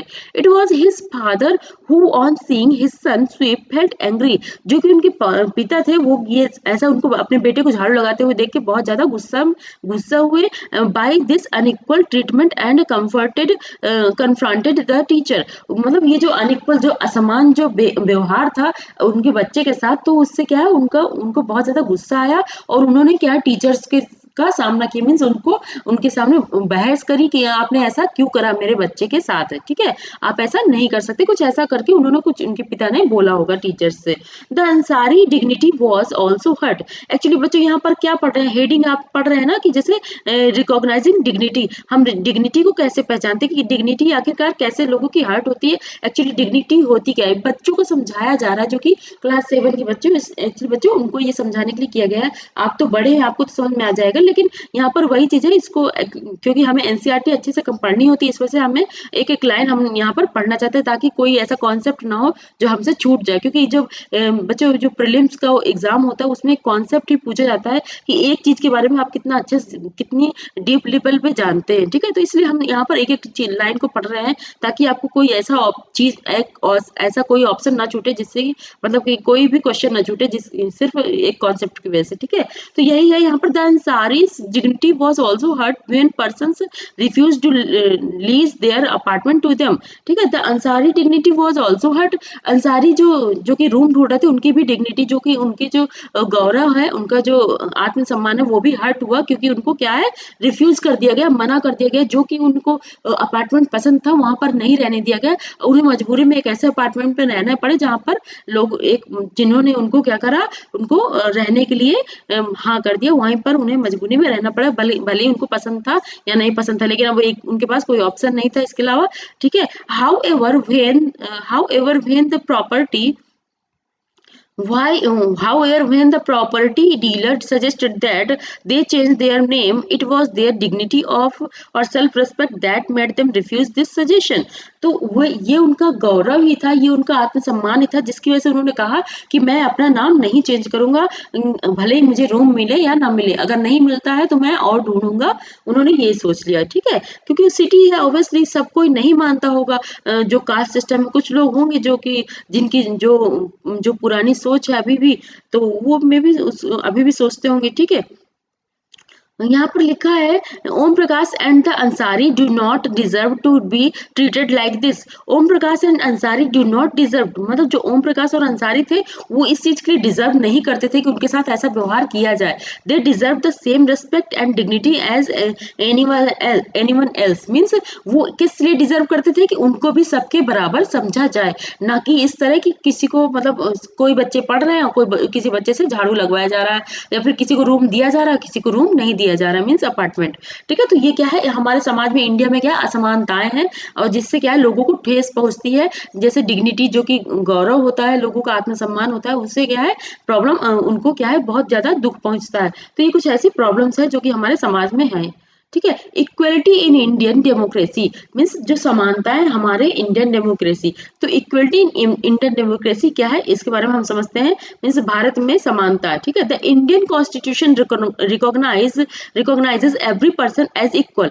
जो इंडिया का संविधान है, इंडियन कॉन्स्टिट्यूशन है, उसमें क्या है ये बोला गया है कि सारे जो लोग हैं इंडिया के, वो क्या है सभी समान है, मीन्स एक बराबर है। ना तो कोई छोटा है, ना कोई बड़ा है, ना तो कोई अमीर है, ना तो कोई गरीब है, सब क्या है एक बराबर है। This means that every individual in the country, including male and female person from all caste, religion, tribe, educational and economic background, are recognized and equal. इसका मतलब ये है, क्या मतलब इक्वल कहने का मतलब है, चाहे वो यहाँ पर बताया गया है कि चाहे वो कोई भी मतलब मेल हो या फीमेल हो, या फिर किसी भी कास्ट का हो, या किसी धर्म का हो, किसी भी ट्राइब का हो, मीन्स जो ट्राइबल एरिया होती है, जो किसी भी क्षेत्र का हो, या फिर कोई एजुकेशन क्या सिस्टम, मतलब किसी की एजुकेशन क्या है क्या नहीं, ये चीज नहीं देखना है। एंड इकोनॉमिक बैकग्राउंड क्या है, कोई अमीर है कोई गरीब है, और रिकॉग्नाइज सबको क्या है इक्वल समझा जाता है।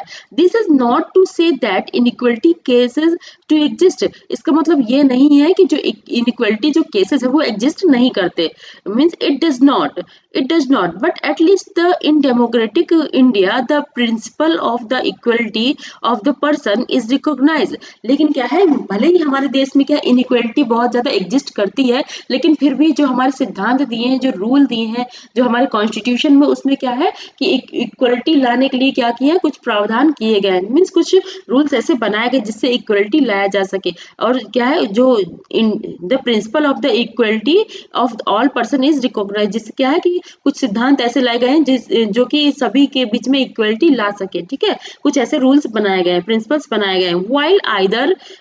While either no law exists to protect people from discrimination and ill treatment, now there are several that work to see that people are treated with dignity and as equal।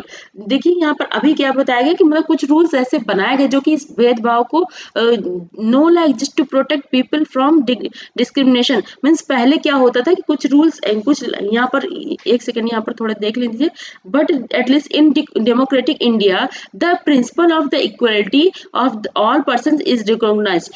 while earlier मतलब इससे पहले, जबकि देश स्वतंत्र नहीं हुआ था, means independence नहीं हुआ, हम लोग इंडिपेंडेंट नहीं थे इंडिया के लोग, तब क्या था while earlier, इससे पहले 1947 से पहले क्या था, नो लॉ एग्जिस्ट, कोई ऐसा रूल एग्जिस्ट नहीं था टू प्रोटेक्ट पीपल, जो लोगों की रक्षा कर सके, किस चीज से, फ्रॉम डिस्क्रिमिनेशन, जो कि भेदभाव होता है, इससे कोई रक्षा कर सके, ऐसा कोई रूल गवर्नमेंट का नहीं था। एंड इल ट्रीटमेंट, जो कि उनके साथ बुरा व्यवहार किया जाता है, नाउ पहले ऐसा कोई रूल नहीं था जो कि ऐसा कुछ लोग के साथ बुरा व्यवहार अगर होता है तो कोई गवर्नमेंट थी उस समय की, वो उसके लिए कुछ कर सकती थी, ऐसा कुछ नहीं था। ठीक है, now there are several that work to see that people are treated with dignity and as equal। अब कुछ ऐसे रूल्स बना दिए जिसकी वजह से लोग का जो, अगर किसी का गौरव, जो आत्मसम्मान है, वो किसी का ठेस पहुंचता है, या फिर किसी को मतलब इक्वल नहीं समझा जाता, तो उसके लिए भी कुछ क्या है रूल्स बना दिए गए। Now there are several that work to see that people are treated with, यहाँ पर क्या है बहुत सारे, नाउ देयर आर सेवरल, कई that work to see the that people, यहाँ पर कई ऐसे कार्य हैं जो जहाँ पर क्या है मतलब सभी को क्या करते हैं, इक्वल मतलब फील कराते हैं, ठीक है। और क्या है, जो डिग्निटी है, जो उनका जो आत्मसम्मान है, वो उससे भी क्या है ठेस नहीं पहुंचती है, ठीक है। This recognition of equality includes some of the following provision in the Constitution. This recognition of equality, जो कि ये equality includes some of the following provision in the Constitution. कुछ मतलब provision Constitution में include किए गए हैं जिससे क्या है equality हमारे समाज में आ सके। First, that every person is equal before the law, ठीक है। जो कि यहाँ पर लिखा है first that every person is equal, means जो कानून है हमारे देश के उन सब में क्या है, सभी लोग क्या है इक्वल है, भले वो कौन हो कौन नहीं, मतलब रईस हो या फिर कोई पुअर हो, मतलब गरीब हो, तो इससे कोई फर्क नहीं पड़ता, सबके लिए एक ही नियम है। What this means is that every person from the president of the country to Kanta, मीन्स कहने का मतलब ये है कि भले ही वो प्रेसिडेंट है हमारे इंडिया का, राष्ट्रपति है, या तो फिर भले ही कांता हो, सबके लिए एक बराबर नियम बनाए गए हैं, ठीक है।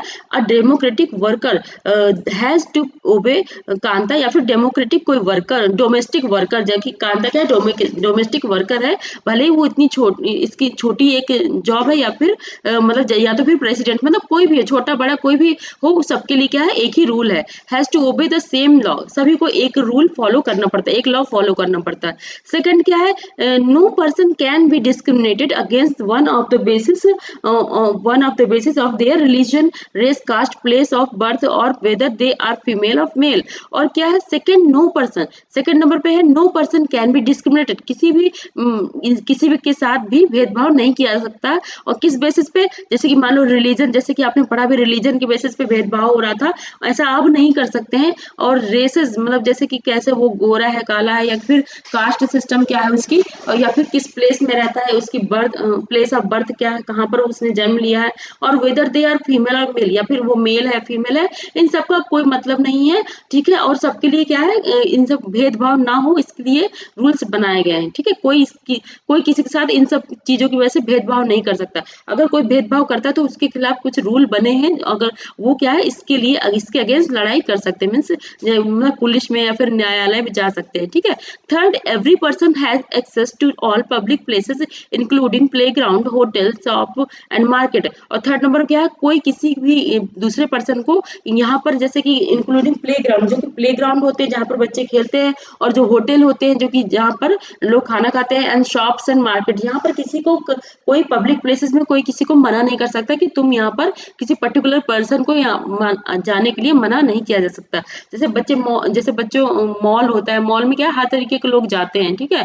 तो लेकिन पहले क्या था, ऐसा नहीं था, सब एक साथ ऐसी कोई स्पेशल जगह थी तो वहां पर सबके सब नहीं जा सकते थे, कुछ लोगों को मना था। मैं जैसे कि जो महिलाएं थी, उन जो वुमेन्स थी, उनको भी इतना इम्पोर्टेंस नहीं दी जाती थी जो कि आज जो इम्पोर्टेंस दी जाती है। और आज महिलाएं जो वुमेन्स है वो पढ़ती, जो पढ़ाई मतलब वो पढ़ाई भी करती है। बच्चों आगे ऐसे ही एनसीईआरटी में आप पढ़ेंगे कि जो महिलाएं थी उनको पढ़ने का अधिकार नहीं था, ठीक है। पहले जो देश आजाद नहीं हुआ था, कई महिलाएं छुप छुप कर पढ़ती थी, कैसे भी, मतलब आप इसमें एनसीईआरटी की बुक में ही, मैं अभी जैसे मैं बता रही हूँ कि एनसीईआरटी की बुक में ही कुछ ऐसी स्टोरी आपको पढ़ने को मिलेगी कि जो औरतों ने कितना संघर्ष किया, और कैसे मतलब कुछ औरतें जिनको पढ़ने का भी अधिकार नहीं था, फिर भी उन्होंने कैसे किन तरीकों से अपना पढ़ाई कर ली, और क्या है कुछ अच्छा आगे करके उन्होंने दिखाया, ठीक है। यहाँ पर अब इसके आगे यहाँ पर हाँ, इंक्लूडिंग प्ले, हाँ, all person can use publicly available wells, road and bathing ghats, मतलब सभी लोगों के लिए अब क्या है, घाट और जैसे जहाँ पर लोग नहाते हैं, ठीक है, और या फिर रोड और वेल या तो कुएं जो होते हैं, जो पब्लिकली जो सबको यूज कर सकता है, तो सभी यूज कर सकते हैं। ऐसा नहीं कि किसी कास्ट के लोग ही यूज कर सकते हैं या फिर किसी रिलीजन के लोग यूज कर सकते हैं, नहीं। जैसे सरकारी जो आपने देखोगे, जो पब्लिक जो कि गवर्नमेंट कुछ चीजों को प्रोवाइड करती है, जो फैसिलिटी प्रोवाइड करती है, ठीक है, तो उन सबको क्या है सभी लोग यूज कर सकते हैं, ठीक है। फोर्थ क्या है, untouchability has been abolished, mean जो अस्पृश्यता थी, जो उसका क्या है उन्मूलन हो चुका है, मतलब कि उसको हटाया जा चुका है, किससे, लॉ के द्वारा, लॉ बना के उसको हटाया जा चुका है हमारे समाज से। लेकिन बच्चों आज भी ऐसा है कि कई गांव में अभी भी आप अगर न्यूज चैनल में बहुत सारी ऐसी न्यूज आती है, या फिर न्यूज पेपर में आप पढ़िए, अभी भी अस्पृश्यता की जो प्रॉब्लम है, अनटचेबिलिटी, अभी भी हमें समाज में महसूस होती है, ठीक है, मीन हमें भी आज भी देखने को मिलता है। ठीक है? तो ऐसा नहीं मिलता ज़रूर है, लेकिन अगर हम उसके लिए मतलब उसके लिए अगर हम संघर्ष करें, तो उसके लिए हमारे पास रूल्स बने, कानून बने। अगर हम कानून का सहारा लें तो अपनी जो अगर किसी को कोई इनइक्वालिटी महसूस होती है समाज में, तो कानून ऐसे बने कि सबको सब वहाँ पर क्या है, सब इक्वल है और उसके लिए क्या है, अपने अधिकारों के लिए लड़ाई कोई भी कर सकता है, ठीक है? लेकिन पहले ऐसा नहीं था कि अगर महसूस किसी को कितना भी ठेस पहुँचे, कितना भी कुछ प्रॉब्लम हो, लेकिन फिर भी वो कहीं नहीं जा सकता था, वो सिर्फ़ सहकर रह जाता था। तो जैसे कि मान लीजिए अभी जो कि अभी आपने स्टोरी पढ़ी थी, तो उसमें जो जिस बच्चे से झाड़ू लगवाया जा रहा था, वो भी अगर उसके पेरेंट्स चाहते, अगर उस समय रूल होता, मतलब रूल तो थे, मेबी अगर उन्होंने लड़ाई लड़ी, नहीं लड़ी, ये तो बात अलग है, पता नहीं है। लेकिन अगर वो चाहते तो वो ऐसा कर सकते थे, ठीक है? तो क्योंकि जो स्टोरी थी वो जब देश आजाद हो चुका था उसके बाद की स्टोरी है, ठीक है? द टू वेज इन विच, लेकिन हाँ, लेकिन जो उन्मूलन हुआ था उस समय में भी तुरंत ऐसे रूल्स नहीं बने होंगे शायद, कि मतलब जो अनटचेबिलिटी थी वो तुरंत ऐसे रूल्स नहीं बने होंगे। देश आजाद हो थोड़ा धीरे धीरे क्या है, ऐसे रूल्स बनते जाते हैं, जो गवर्नमेंट आती है वो अपने अकॉर्डिंग कुछ रूल्स बनाती है, तो वो ऐसा ही होता है। तो मे भी उस समय रूल ऐसा नहीं आया था कि जिससे अस्पृश्यता दूर की जा सके, इसलिए वो उनके पिता क्या है, सुप्रीम कोर्ट या हाई कोर्ट नहीं जा पाए होंगे, ठीक है? The two way in which the government has tried to implement the equality that is guaranteed in the constitution is first, मतलब जो दो यहाँ पर कुछ तरीके हैं जहाँ जैसे क्या है, गवर्नमेंट हैज ट्राइड, जिससे क्या है, जो सरकार है यहाँ की वो क्या करती है, इसको लागू करने की कोशिश करती है, मतलब इक्वलिटी किसी तरह से आ सके समाज में, इसलिए यहाँ की जो सरकार है वो क्या है, कुछ नियम बनाती है और लागू करवाती है। दैट इज गारंटी, जो कि गारंटी देती है, is the constitution, in the constitution means संविधान में कुछ ऐसी गारंटी है, मीन्स कुछ ऐसे अधिकार मिले, गारंटेड अधिकार मिले हैं कि इज फर्स्ट, मतलब जिसमें से पहला है through law and the second through government programmes. मतलब पहला तो क्या है, आप कॉन्स्टिट्यूशन में जो लॉ मीन्स कॉन्स्टिट्यूशन के जो द्वारा जो नियम बनाए गए हैं, जैसे मतलब कि अनटचेबिलिटी को दूर कर दिया गया, ठीक है? और कुछ रूल्स क्या करती है, कुछ स्कीम कौन बनाता है, सरकार भी बनाती है। देखिए दो तरीके से इक्वलिटी को लाया जा सकता है। पहले तो हमारे संविधान में ही कुछ ऐसे रूल्स हैं, ठीक है? जो कि मौलिक अधिकार में, जो कि हमारे जो मौलिक अधिकार हैं संविधान में, उसमें ऐसे रूल्स दिए गए हैं, ठीक है? और या फिर कुछ कुछ ऐसे हैं जो कि स्कीम बनाती है सरकार, जो बहुत गरीब लोग होते हैं उनके लिए, कि ताकि वो अपनी पोजीशन, जो भले ही उतने गरीब है, मान लीजिए वो जैसे अपने जो इकोनॉमिक बैकग्राउंड है उसकी वजह से गरीब है, तो उनको भी ऊपर उठाने की कोशिश करती है, ताकि मतलब इक्वलिटी आ सके, ठीक है? अगर या फिर अगर कोई कास्ट सिस्टम है तो उनको भी कुछ ऐसा कुछ मतलब देती है, कुछ ऐसे लॉज लेकर आती है ताकि उनको भी बराबर, सबके बराबर समझा जा सके। अब जैसे वोमेन की जो स्थिति है समाज में, उनको कम समझा जाता था, तो सरकार क्या करती है, जो गवर्नमेंट होती है वो क्या करती है, कुछ ऐसे रूल लेके आती है, जैसे मान लीजिए कि जैसे अगर गैस कनेक्शन लेना है तो अगर लेडीज के नाम होगा, तो इस तरह से मतलब कुछ ऐसे रूल्स गवर्नमेंट बनाती है, पॉलिसीज बनाती है, जिसकी वजह से इक्वलिटी आ सके समाज में, इस तरह से कुछ रूल्स बनाए जाते हैं, ठीक है?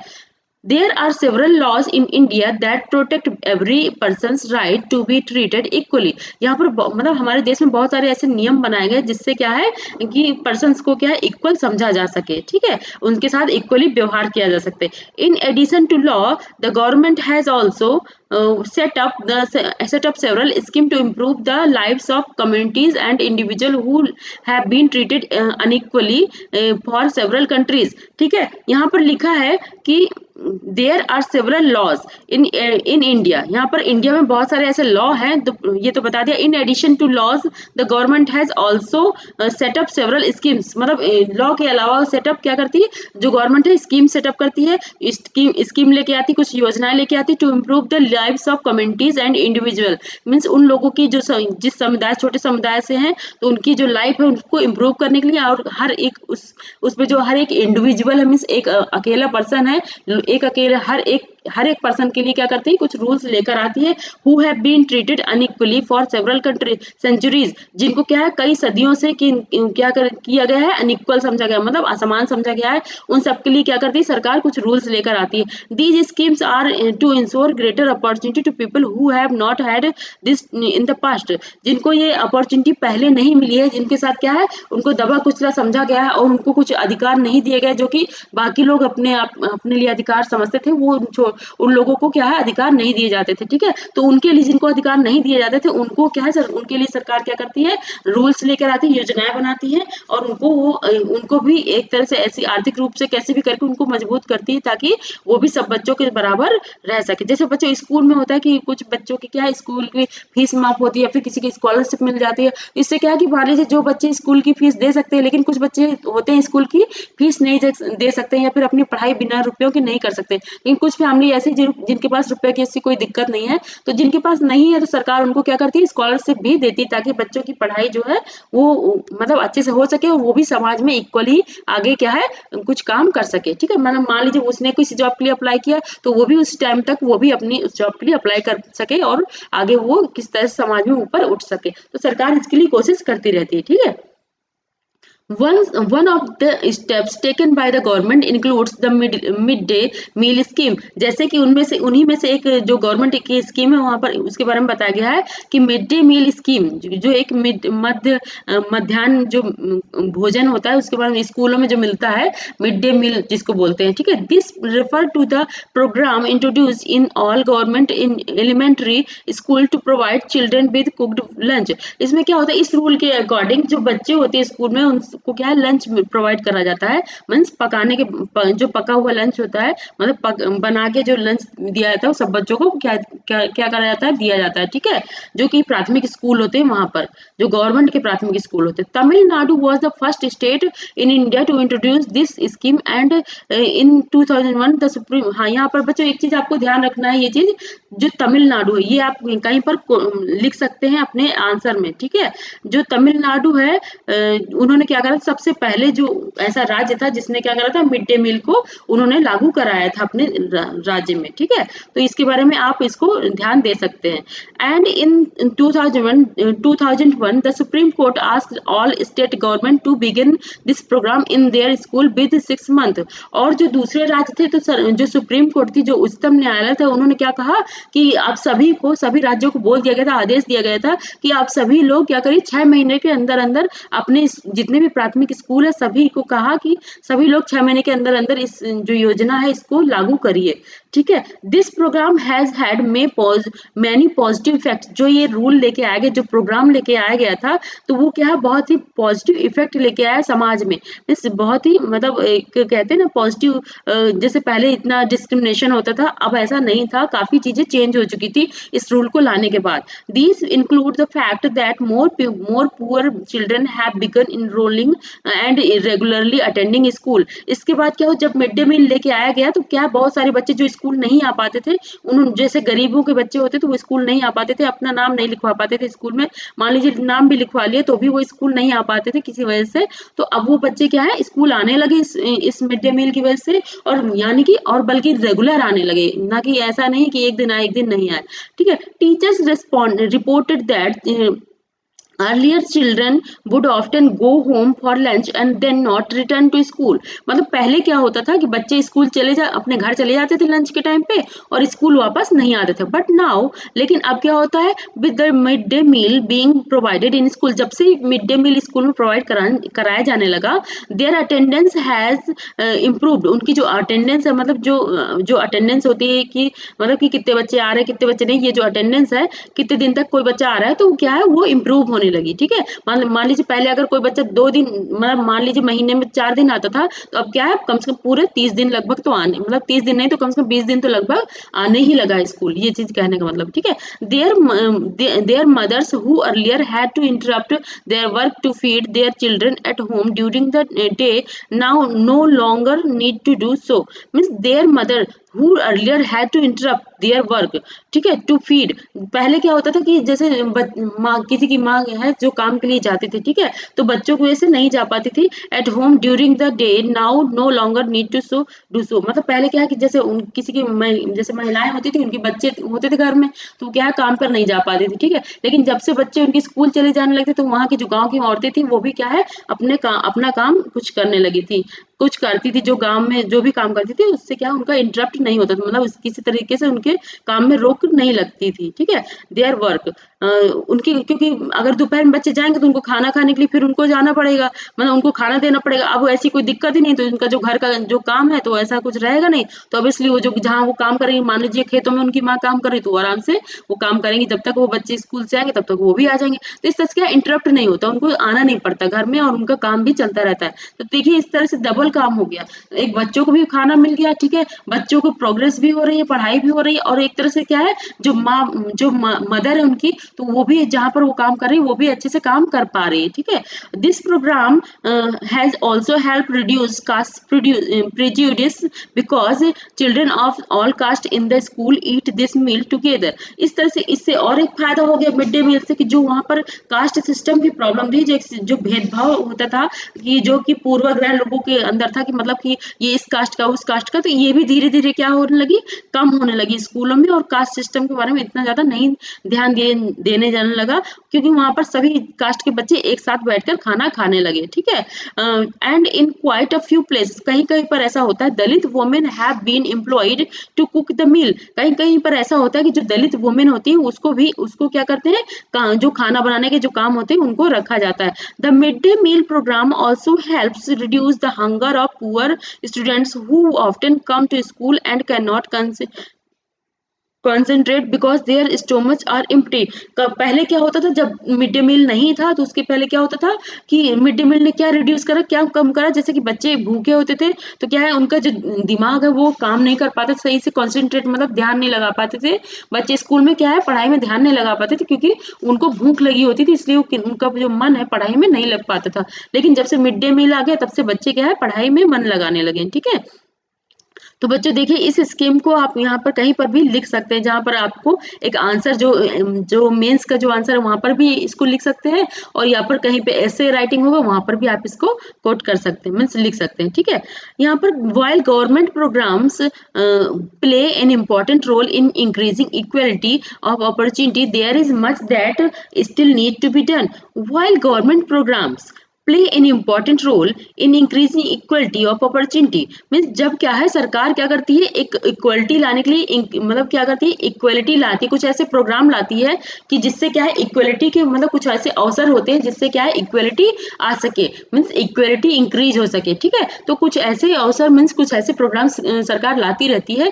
There is much that still need to be done, जो कि क्या है जो कि ज्यादा से ज्यादा लोगों तक मतलब पहुंच सके, ठीक है। There is much that still need to be done, जिनको भी इसकी आवश्यकता होती है, मतलब सभी तक ये चीजें जो प्रोग्राम है सभी तक पहुंचाया जाता है। मान लीजिए किसी कम्युनिटी के लिए कोई रूल बनाया गया तो उन सभी को ये रूल का फायदा मिल पाता है, ठीक है। while the mid day meal program has helped increases the enrollment and attendance of poor children in school, there continue to be big difference in our country between schools that the rich attend and those that the poor attend, ठीक है। मतलब क्या है कि जैसे पहले क्या होता था सिर्फ जो गरीब लोग थे, वो जो गरीबों के बच्चे थे वो क्या है पूरी तरीके से अपने स्कूल अटेंड नहीं कर पाते थे, सिर्फ किस वजह से, क्योंकि खाना खाने के लिए या तो जाते थे या तो उनके पास ऐसा भी प्रॉब्लम होती थी जो घर में छोटे बच्चे उनको ध्यान देना होता था, तो इस तरह से क्या है वो अपने स्कूल की पढ़ाई अच्छे से नहीं कर पाते थे, या फिर उनकी जो मदर है वो काम पर नहीं जा पाती थी। लेकिन जब से ये मिड डे मील आया वहां पर इससे अटेंडेंस भी सही हुई,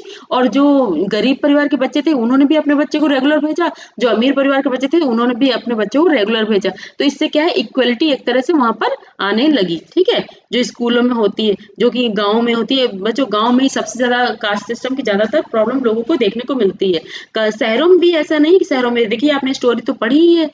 even today there are several schools in the country in which Dalit children like Om Prakash Valmiki are discriminated against and treated unequally. देखिए बच्चों यहाँ पर जैसे मैंने पहले बताया था कि अभी भी ऐसा है कि कुछ स्कूल जैसे जो ओम प्रकाश वाल्मीकि है जिनको ऐसा प्रॉब्लम फेस करनी पड़ी अपने स्कूल में, ऐसे अभी भी ऐसे स्कूल हैं बहुत सारे जहाँ पर क्या है दलितों के साथ ऐसा होता है, दलित के जो बच्चे होते हैं उनके साथ ऐसा अभी भी प्रॉब्लम होती है, उनके साथ भेदभाव किया जाता है और उनको अनइक्वल समझा जाता है, यानी कि असमान समझा जाता है, अपने बराबर नहीं समझा जाता। These children are forced into unequal situation in which their dignity is not respect यहाँ पर लिखा दीज चिल्ड्रन, इन बच्चों को आर फोर्स्ड, उनको फोर्स किया जाता है into unequal situation in which their dignity is not respected. मतलब उनको क्या है, जो ऐसे जो भेदभाव उनके साथ, जो उनका आत्मसम्मान है, वो अभी भी उनकी अनइक्वलिटी की वजह से क्या है, उनको अनइक्वल समझा जाता है और उनको ठेस पहुंचाया जाता है, जो कि उनका जो आत्मसम्मान है उसको ठेस पहुंचाया जाता है अभी भी। ठीक है, किनके द्वारा, जो ऐसे बच्चे हैं जो कि मतलब दूसरी कास्ट के हैं, उन बच्चों के द्वारा भी। और जैसे मान लीजिए जो बच्चे जैसे जो वाल्मीकि थे, ओम प्रकाश वाल्मीकि जी, उनको भी उनके टीचरों द्वारा भी उनको क्या है, अनइक्वल समझा जाता था। तो इसी तरह से आज भी ऐसा होता है। ठीक है, जो बच्चे जो जो मतलब इनक्वलिटी अपने आप को समझते हैं, उनको सोचिए उनका जो क्या है, आत्मसम्मान आज भी ठेस पहुंचता है ऐसे लोग के द्वारा। ठीक है, this because people refuse to think of them as equal even though the law require it। Mean जब सोचिए, जब यहाँ पर इतने लॉ बन चुके हैं, मतलब इतने नियम कानून बन चुके हैं, फिर भी रिफ्यूज टू थिंक, लोगों के अंदर ये धारणा अभी भी नहीं आई है कि मतलब हम सब इक्वल हैं। ठीक है, तो ये अभी भी लॉ मतलब इतने सारे लॉ और भी रिक्वायर्ड, मीन्स जो लॉ बन चुके हैं, मे बी और ज्यादा इसके अलावा भी कुछ और रूल्स बनने अभी भी बाकी है, जो कि क्या है, जो refuse to think of them as equal even though the law required. जो भी मतलब ऐसे आज भी कुछ लॉ रिक्वायर्ड जो जरूरी है, जो कि जो इक्वलिटी को और ला सके, और ऐसी जो प्रॉब्लम्स होती है बच्चों को फेस करनी पड़ती है, वो ऐसी इनइक्वलिटी ना आ सके और इक्वल लोगों को सभी लोग को इक्वल समझा जाए। ठीक है, one of the main reason for this is that attitude change very slowly. लेकिन क्या होगा, ये धीरे धीरे इस समाज में जो लोगों का एटीट्यूड है, वो धीरे धीरे चेंज होता जा रहा है। ठीक है, चेंज भी मतलब धीरे धीरे चेंज भी होगा और चेंज होता जा रहा है। Even though persons are aware that discrimination is against the law. मतलब even though persons are aware, अब धीरे धीरे लोग क्या है, ये समझने लगे हैं जो भेदभाव है वो लॉ के खिलाफ है।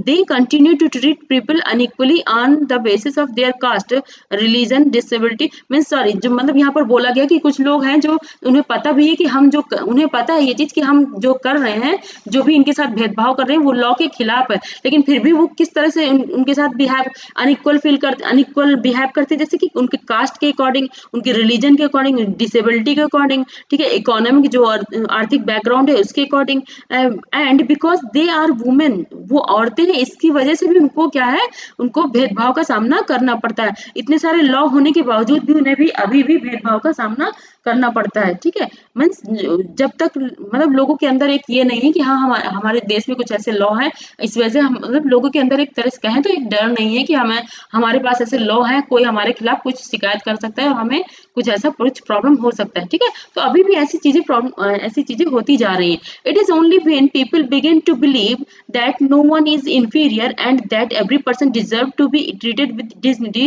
that present attitude can change। जब तक क्या होगा, जब तक ऐसा नहीं होगा कि लोग जब तक ये नहीं समझेंगे कि जिससे मतलब जो लोग हैं वो हमारे जैसे ही हैं, हमारे जैसे ही जब तक उनको इक्वल नहीं समझेंगे, अपने बराबर नहीं समझेंगे, ठीक है, तब पर्सन डिजर्व टू मतलब उनको ये नहीं समझेंगे कि ये डिजर्व करते हैं हम इक्वल आने के लिए। ठीक है, तब तक क्या है, इक्वलिटी नहीं आ पाएगी। और जब जब लोगों ने ऐसा सोच लिया कि ये भी हमारे जैसे ही हैं, तब क्या है, ऑटोमेटिक इक्वलिटी आती जाएगी, मीन समानता आती जाएगी। ठीक है, stabilising equality in the domestic democratic society is a continuous struggle. Means जो कि डेमोक्रेटिक हमारी सोसाइटी है, जो लोकतांत्रिक सोसाइटी समाज है, वहाँ पर जो मतलब कि जो इक्वलिटी है वो बहुत ही संघर्षों के द्वारा ही धीरे धीरे करके आ सकती है। Stabilising equality in democratic society is a continuous struggle.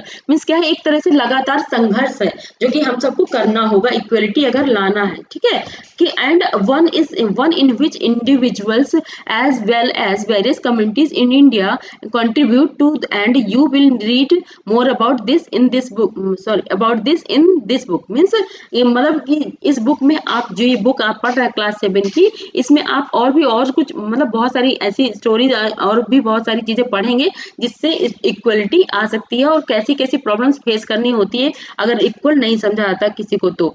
ठीक है, तो यही है कि अगर धीरे धीरे ही समाज में ऐसे चेंज आएगा कि मतलब इक्वल लोगों को समझा जाएगा। ठीक है, मतलब जब तक कोई एक पर्टिकुलर हर पर्सन अपने आप को ये नहीं, अपने आप की जो जो थॉट्स हैं अगर उसको चेंज नहीं करेंगे तब तक इक्वलिटी नहीं आएगी। लेकिन अगर हर एक इंडिविजुअल पर्सन क्या है कि समाज का जो हर एक इंडिविजुअल पर्सन है, जो एक अकेला पर्सन है, अगर वो समाज में ये सोचने लगे कि नहीं ये सारे लोग हमारे जैसे ही, तो सब अगर सभी ऐसा एक एक करके सोचने लगे तो इससे क्या है हमारे समाज में इक्वलिटी आ जाएगी। मतलब कोई किसी को मतलब कोई किसी को गरीब ना समझे, कोई किसी को अमीर, मतलब ये चीज ना हो, बल्कि भले ही उसके पास रुपए हो, भले ही कुछ भी हो, लेकिन जो समाज में अपने आप को एक पोजीशन है वो एक बराबर रहे सबकी। ठीक है, तो ये चीजें हैं। ठीक है, तो ऐसा आना बहुत ही अभी टाइम लगेगा, ये धीरे धीरे ही होगा। मतलब इससे हमें क्या है, इसके लिए हमें संघर्ष करना पड़ेगा सबको इंडिविजुअली। ठीक है, यहाँ पर कुछ बच्चों लिखा हुआ है, इट इज, ये हम बाद में पढ़ लेंगे जब हम पहले कंटेंट कंप्लीट कर लें, इसके बाद हम ये जो थॉट दिए हुए हैं डॉक्टर भीमराव अंबेडकर जी के बारे के द्वारा वो हम बाद में पढ़ लेंगे, पहले इस कंटेंट को कंप्लीट कर लेते हैं।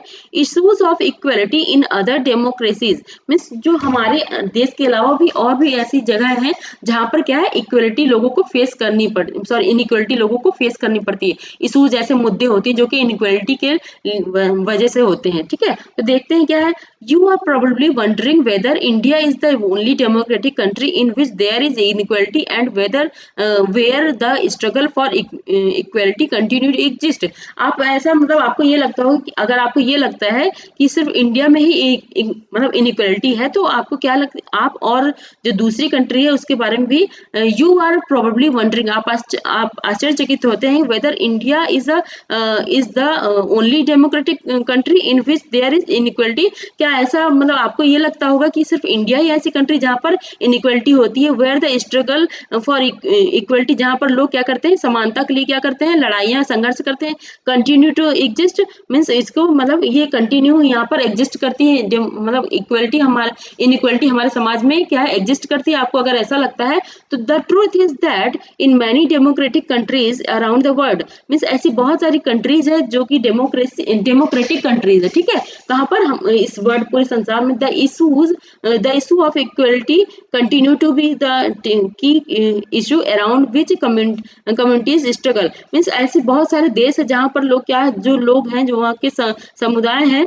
ठीक है समाज है, वो लोग क्या करते हैं इसके लिए स्ट्रगल कर रहे हैं अभी भी इक्वलिटी के लिए। ठीक है, सिर्फ इंडिया ही ऐसा देश नहीं जहाँ पर इनइक्वलिटी एग्जिस्ट करती है, मीन्स असमानता एग्जिस्ट करती है, बल्कि और भी ऐसे देश है जहाँ पर असमानता अभी भी एग्जिस्ट करती है। ठीक है, कई समाजों में। सो फॉर एग्जाम्पल, मतलब इसमें उदाहरण के तौर पर दिया गया है in in the United State of America, USA के बारे में बताया गया, जो कि अमेरिका के बारे में बताया गया। क्या बताया गया, the African American whose ancestors were the slave who were brought over from Africa, mean जो अमेरिका में क्या था पहले जब कि औद्योगिक युग शुरू हुआ था 18वीं मतलब 19वीं शताब्दी में, तो क्या हुआ था कुछ लोग क्योंकि वहां पर लोगों को सस्ते काम करने वाले चाहिए थे, ठीक है, कुछ मजदूर चाहिए थे, ठीक है, तो जो कि कम पैसे में भी काम कर ले इस तरह के लोग को चाहिए। ठीक है, तो क्या है उस समय क्या करते थे जो गुलाम लोग होते थे, जो उस समय उनको क्या है गुलाम कहा जाता था, जो बाहर से लेके आते थे, तो ऐसे ही अफ्रीकन लोग को अमेरिका लेके जाया गया था।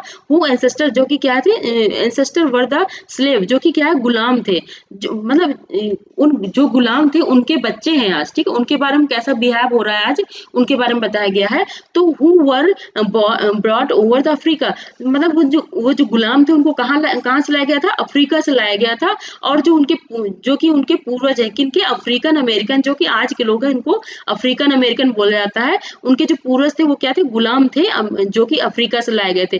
Continue to describe their lives today as largely unequal, continue to describe उनका जो उनकी लाइफ है आज भी क्या है अनइक्वल उनको समझा जाता है। ठीक है, बहुत बृहद मात्रा में उनके जो जितने सारे लोग हैं सभी को क्या है मतलब बहुत ज्यादा मात्रा में यहाँ पर वो लोग हैं। Continue to describe their life, उनके उनका जो जीवन है जो क्या वर्णन करता है टुडे एज लार्जली अनइक्वल, मतलब उनकी लाइफ में बहुत सारे ऐसी चीजें होती हैं जो उनको इक्वल महसूस कराती है। This despite the fact that there was a movement in the late 1950 to push for equal right for African, तब से क्या उनको क्योंकि इतना इक्वल वहां पर डिस्क्राइब किया जाता है कि भाई आप लोग अनइक्वल मतलब आप हमारे हमारे जैसे बराबर, हमारे बराबर नहीं है। उन गुलाम के जो अभी आगे की जो जनरेशन है उनको ऐसा महसूस किया जाता है, कराया जाता है। तो 1950 में बच्चों क्या हुआ कि वहाँ पर जो लोग थे मतलब इक्वल राइट फॉर अफ्रीकन, तो अफ्रीकन जो लोग थे उन्होंने क्या करा, अपने राइट के लिए, अपने अधिकारों के लिए धीरे धीरे क्या करना, अपना संघर्ष करना शुरू करा, कुछ मतलब मूवमेंट्स करने लगे। तो इससे क्या है कि उन मतलब कि अपने अधिकारों के लिए लड़ने लगे, ठीक है, किनसे, अमेरिकन से। क्योंकि वो अमेरिका ही तो आए थे, तो अब उनके पूर्वज गुलाम बना के उनको लाया गया। अब वो उनकी जनरेशन मतलब टाइम टू टाइम वो आगे बढ़ती जाए, ठीक है। तो उनके लिए अपने अधिकार कुछ भी नहीं थे, मतलब उनको बहुत बुरी तरीके से ट्रीट किया जाता था। वो अपने अधिकारों के लिए 1950 से उन्होंने क्या करा, लड़ाई लड़ना शुरू कर दिया अमेरिकन से, ठीक है। प्रियर टू दिस, इसके पहले African American were treated extremely unequally in the United state and denied equally through law. मतलब कभी इससे पहले क्या था कि कोई ऐसे रूल नहीं बने थे, जब से 1950 से पहले क्या थे, कोई रूल ऐसे नहीं बने थे, बल्कि 1950 से उन्होंने जब से संघर्ष करना शुरू करा तो क्या हुआ कि मतलब उनके African American were treated extremely unequal. African American को क्या है, अनइक्वल समझा जाता था, जब से पहले भी जब तक उनका कोई ऐसा रूल नहीं बन गया तब तक उनको अनइक्वल समझा जाता था इन यूनाइटेड स्टेट मीन्स जो कि अमेरिका था, and denied equally through law, बल्कि उनको लॉ के अकॉर्डिंग भी उनको अनइक्वल समझा जाता था। जो कि अमेरिका में जो नियम कानून होते थे उनकी उनके द्वारा भी उनको अनइक्वल समझा जाता था। लोग तो समझते ही थे, बल्कि वहां का जो कानून था वो भी उनको अनइक्वल समझते थे, मतलब उनको अमेरिकन नहीं समझते थे, ठीक है। For example, when traveling by bus, they either had to sit the back of the bus or get up from their seat whenever white person wished to sit. Means ये समझ लीजिए कि इस उदाहरण के तौर पर इन्होंने दिया है कि अगर जो अफ्रीकन अमेरिकन थे, अगर वो बस से ट्रेवल करते थे तो क्या है, उनको अपनी सीट जो है वो छोड़नी पड़ती थी। किनके लिए? जो अमेरिकन लोग थे उनके लिए छोड़नी पड़ती थी, ठीक है। जो कि जिनको व्हाइट लोग कहते हैं, और उनको क्या कहते हैं, जो अफ्रीकन, वो उनको ब्लैक लोग, ब्लैक्स एक्चुअली बोलते हैं, ठीक है। तो यही है, उनको उनकी वजह से उनको अपना जो जो मतलब सीट होती थी वो छोड़ना पड़ता था। उनकी एक स्टोरी एक दी है जो कि रियल स्टोरी है। रोजा पार्क, जिनके जो 1913 से 2005 तक थी, was an African American women. वो क्या थी? एक अफ्रीकन अमेरिकन वोमेन थी। मतलब उनके जो पूर्वज थे वो गुलाम थे, वो आज उनकी कंडीशन उनके बारे में बताया गया है। Tired from a long day at work, वो बहुत मतलब पूरे दिन काम करके जब आई थी, बस में सफर कर रही थी, बहुत थकी हुई थी। She refuse to give up her seat on a bus to a white man on December 1 दिसंबर 1955 को 1 दिसंबर 1955 को क्या करा, उनके साथ ऐसी घटना हुई कि उन्होंने, वो इतनी थकी हुई थी कि एक अमेरिकन ने कहा कि मुझे सीट में बैठना है, ठीक है। तो उन्होंने कहा कि मैं नहीं दूंगी, ऐसा कुछ उन्होंने कहा होगा, आई विल नॉट गिव, ठीक है। तो इस तरह से क्या, जब उन्होंने रिफ्यूज करा तो क्या करा, तो इससे क्या है कि क्या हुआ, संघर्ष शुरू हो गया। वो डेट कौन सी थी? 1 दिसंबर 1955, ठीक है। Her refusal that day started a huge agitation against the unequal way in which African American were treated as and which came to be known as the civil right movement। मतलब उसके बाद क्या हुआ कि मतलब जैसे जब उनके बीच में अनइक्वलिटी फील हुई, मतलब लोगों को जब उनके साथ संघर्ष हुआ, मतलब कि उनको सीट से उठाया जाने लगा, तो इसके बाद क्या है, बहुत बड़ा संघर्ष हुआ। तो उसके बाद क्या है, क्या लेके आया गया, सिविल राइट मूवमेंट की एक लाया गया, ठीक है। द सिविल राइट एक्ट, उसके बाद the civil right act of 1964 prohibited discrimination on the basis of race, regional and national origin. इसके बाद क्या हुआ, जब से ये नियम लेके आया गया, जो कि एक्ट था, जो अधिनियम लेके आया गया, जो कि सिविल राइट था, जो नागरिकों के जो अधिकार था 1964 में, उसमें प्रोहिबिटेड मीन्स कर दिया गया कि मतलब अब कोई किसी तरीके का किसी के साथ कोई भेदभाव नहीं करेगा, भले ही उसका रेसेस कैसा है, मतलब वो गोरा है, काला है, या फिर वो किस धर्म का है, या फिर किस रिलीजन का है, किस मतलब उसकी राष्ट्रीयता क्या है, इंडियन है, कैसा है, कहाँ का है, ये अब उस दिन से क्या है, उस जब से रूल बन गया तब से कोई भेदभाव नहीं किया जाएगा, ठीक है। लेकिन बच्चों, ये मुझे लगता है अभी आपने अगर कुछ दिन पहले न्यूज सुना होगा, तो अभी मतलब ऐसा हुआ था, अफ्रीकन अमेरिकन के बीच में कुछ ऐसी प्रॉब्लम्स हुई थी, जिनको मतलब वहाँ की पुलिस ने शायद गोली मतलब कुछ ऐसा शूट करा था। तो कुछ ऐसी न्यूज अभी आई थी, आप न्यूज़पेपर में पढ़ेंगे तो आप इस डिस्क्रिमिनेशन को आज भी देख सकते हैं अमेरिका में, ठीक है, इस भेदभाव को,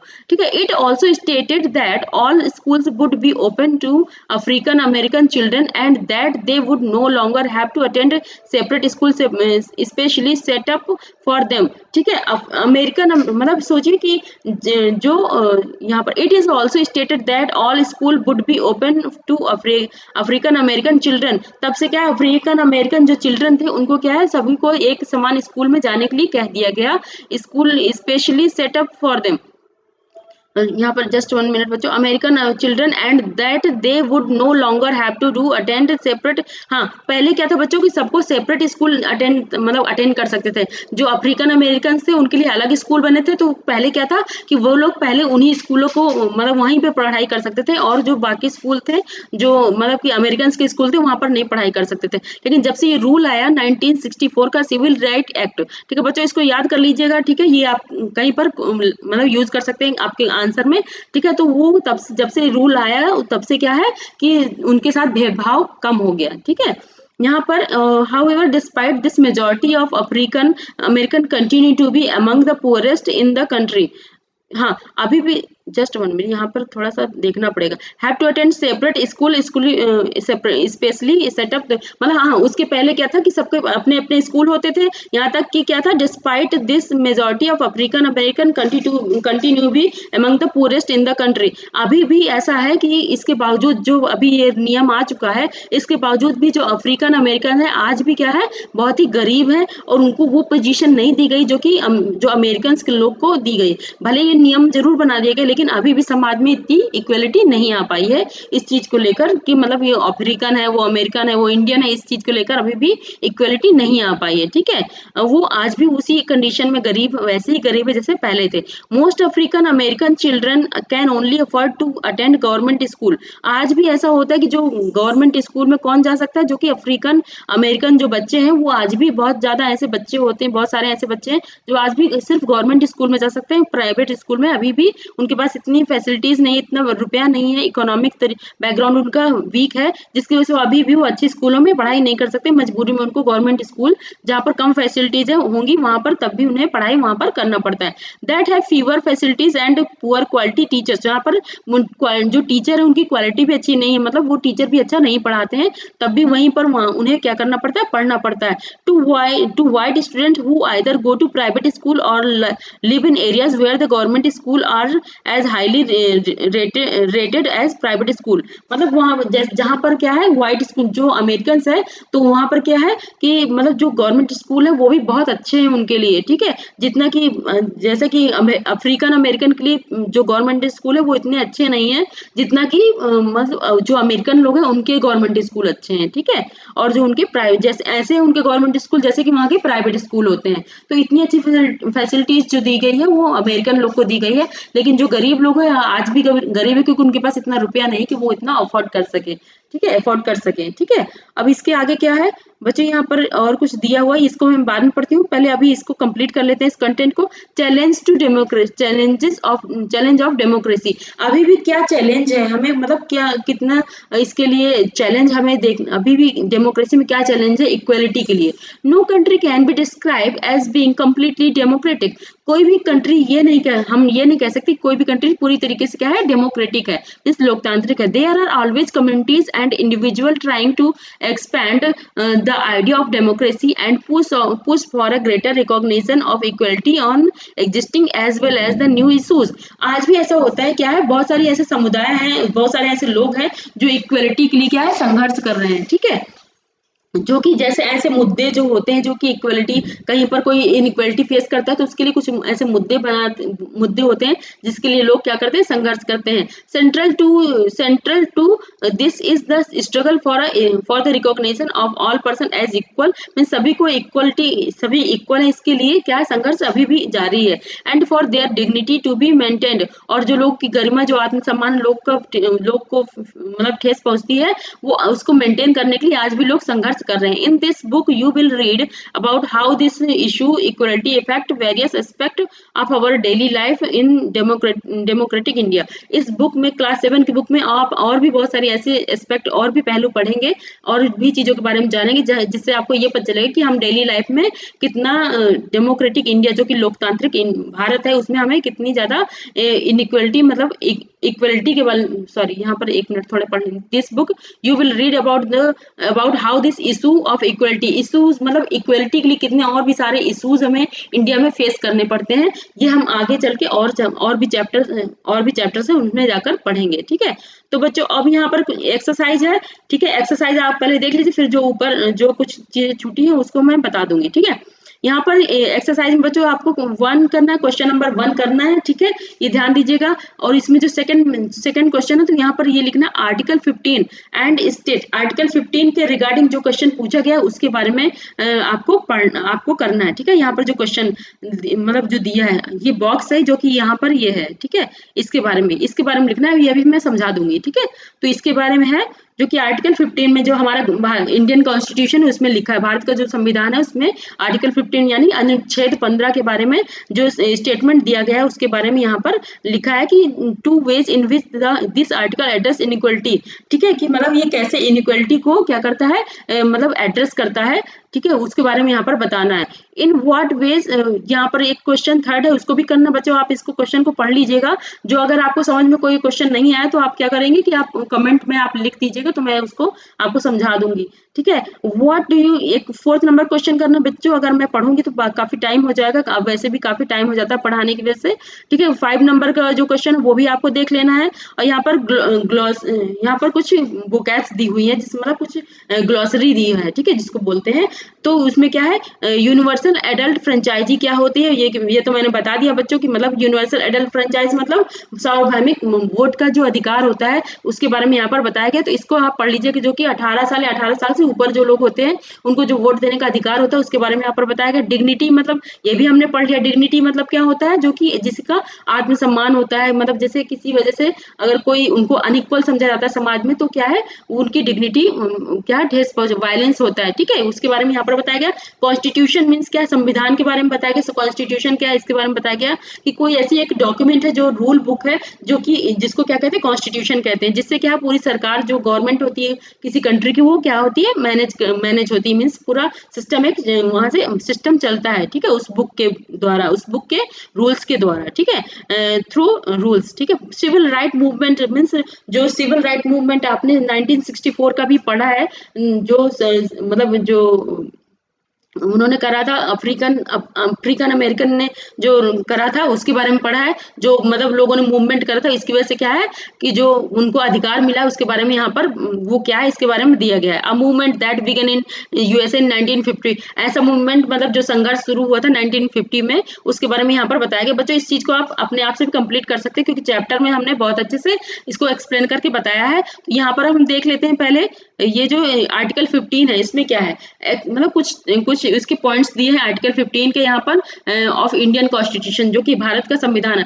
prohibition of discrimination on the ground of religion, race, caste, sex और प्लेस ऑफ बर्थ, मतलब इन सब से क्या है प्रोहिबिट किया गया, मतलब कि इन सब पर रोक लगा दी गई। कैसे, मतलब कि कोई धार्मिक रूप से या फिर कोई मतलब मूल वंश के रूप से या फिर कास्ट के रूप से या फिर मतलब उसकी उसकी लैंगिकता क्या है, ठीक है, या फिर किस जगह वो बर्थ हुआ है उसका, इससे कोई मतलब नहीं, इन सबको क्या है रोक लगा दिया गया, कोई किसी के साथ इन वजह से क्या है भेदभाव नहीं कर सकता है, ठीक है। और यहाँ पर फर्स्ट नंबर पर लिखा है बच्चों, the state shall not discriminate against any citizen on ground only the religion.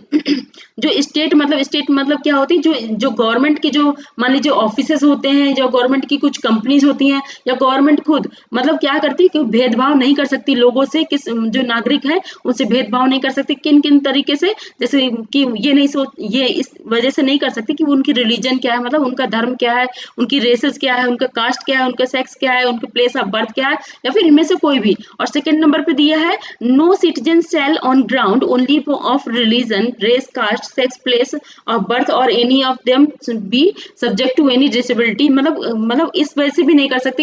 एक तो ये तो है ही है कि मतलब रेसेस की वजह से, इन सब की वजह से नहीं कर सकती, जो नागरिक है उनसे भेदभाव नहीं कर सकती, बल्कि इसके अलावा और भी चीजें जैसे कि डिसेबिलिटी हो गई, लायबिलिटी हो गई, लायबिलिटी रेस्ट्रिक्शंस हो गए, गए, या फिर कंडीशंस विद रिगार्ड, जैसे कि एक्सेप्ट कुछ कंडीशन और भी है, एक्सेस टू शॉप, जैसे कि दुकानों में जाना, कि मतलब ऐसा नहीं कि कुछ लोग को रोक लिया जाए दुकान जाने के लिए, कुछ लोग जा रहे हैं, कुछ लोग को रोका जाए, नहीं ऐसा नहीं है। अब इन सब में क्या है, रोक लगा दिया गया है। पब्लिक रेस्टोरेंट, मतलब अब पब्लिक रेस्टोरेंट भी सब लोग जा सकते हैं। Hotel and places of public entertainment, जैसे मान लीजिए कि कोई मूवी देखने जा रहा है या फिर कहीं भी जा रहा है, कोई होटल जा रहा है, इन सबको क्या है, अब रोक नहीं लगा सकता कोई भी। इसके लिए क्या है, अनुच्छेद 15 में दिया गया है, ठीक है, जो कि आर्टिकल 15 है हमारे कॉन्स्टिट्यूशन में, इंडियन कॉन्स्टिट्यूशन। बी नंबर पे दिया है the use of well tanks, मतलब जो जैसे कि कुएं होते हैं, टैंक होता है, बाथिंग घाट होते हैं, रोड्स होती है, प्लेसेस होते हैं, तो इन सबको क्या है, पब्लिकली इन सबको सभी लोग यूज कर सकते हैं, कोई किसी को पब्लिकली कोई मना नहीं कर सकता। जो चीज सबके लिए है वो सबके लिए है, मतलब अगर नहीं है तो फिर किसी के लिए नहीं, ये चीज है। तो यही चीज इसमें कहने का मतलब ये है, ठीक है। अब हम देख लेते हैं कि यहाँ पर जो डॉक्टर भीमराव अंबेडकर जी, जो कि B.R. अंबेडकर जो लिखा हुआ है, डॉक्टर भीमराव अंबेडकर जी हैं ये, ठीक है, जिन्होंने हमारे संविधान की रचना करी, ठीक है। इनके बारे में इन्होंने क्या कहा है उसके बारे में यहाँ पढ़ते हैं। It is disgraceful to live at the cost of one's self respect. Self respect is the most vital factor in life. Without it man is safer to live worthily. With self respect one has to overcome difficulties. It is out of hard and ceaseless struggle alone that one derives strength, confidence and recognize। बच्चों आप इसको, statement को आप इन्हें याद कर सकते हैं और अपने कहीं पर भी इसको कोट कर सकते हैं, ठीक है। Man is mortal, everyone has to die someday or the other, but one must resolve to lay down one's life in enriching the noble ideas of self-respect and in bettering one's human life. Nothing is more disgraceful for a brave man than to live life devoid of self-respect, ठीक है। बस ये statement है जो कि doctor Bhimrao Ambedkar ji ने बोला है, ठीक है। इसको हिंदी में क्या कहते हैं इसको हम देख लेते हैं, हिंदी में भी इसका क्या चीज है इसके बारे में हम जान लेते हैं, ठीक है। तो हिंदी में मैं सेम टू सेम उन्होंने क्या कहा है वो स्टेटमेंट मैंने इसलिए हिंदी की बुक से आपको बताना ज्यादा अच्छा समझा, ताकि कुछ भी उसमें मतलब डिफरेंस ना हो हमारे बताने पर, ठीक है। तो इसलिए मैंने यहाँ पर हिंदी का जो स्टेटमेंट है वो दिखाया है।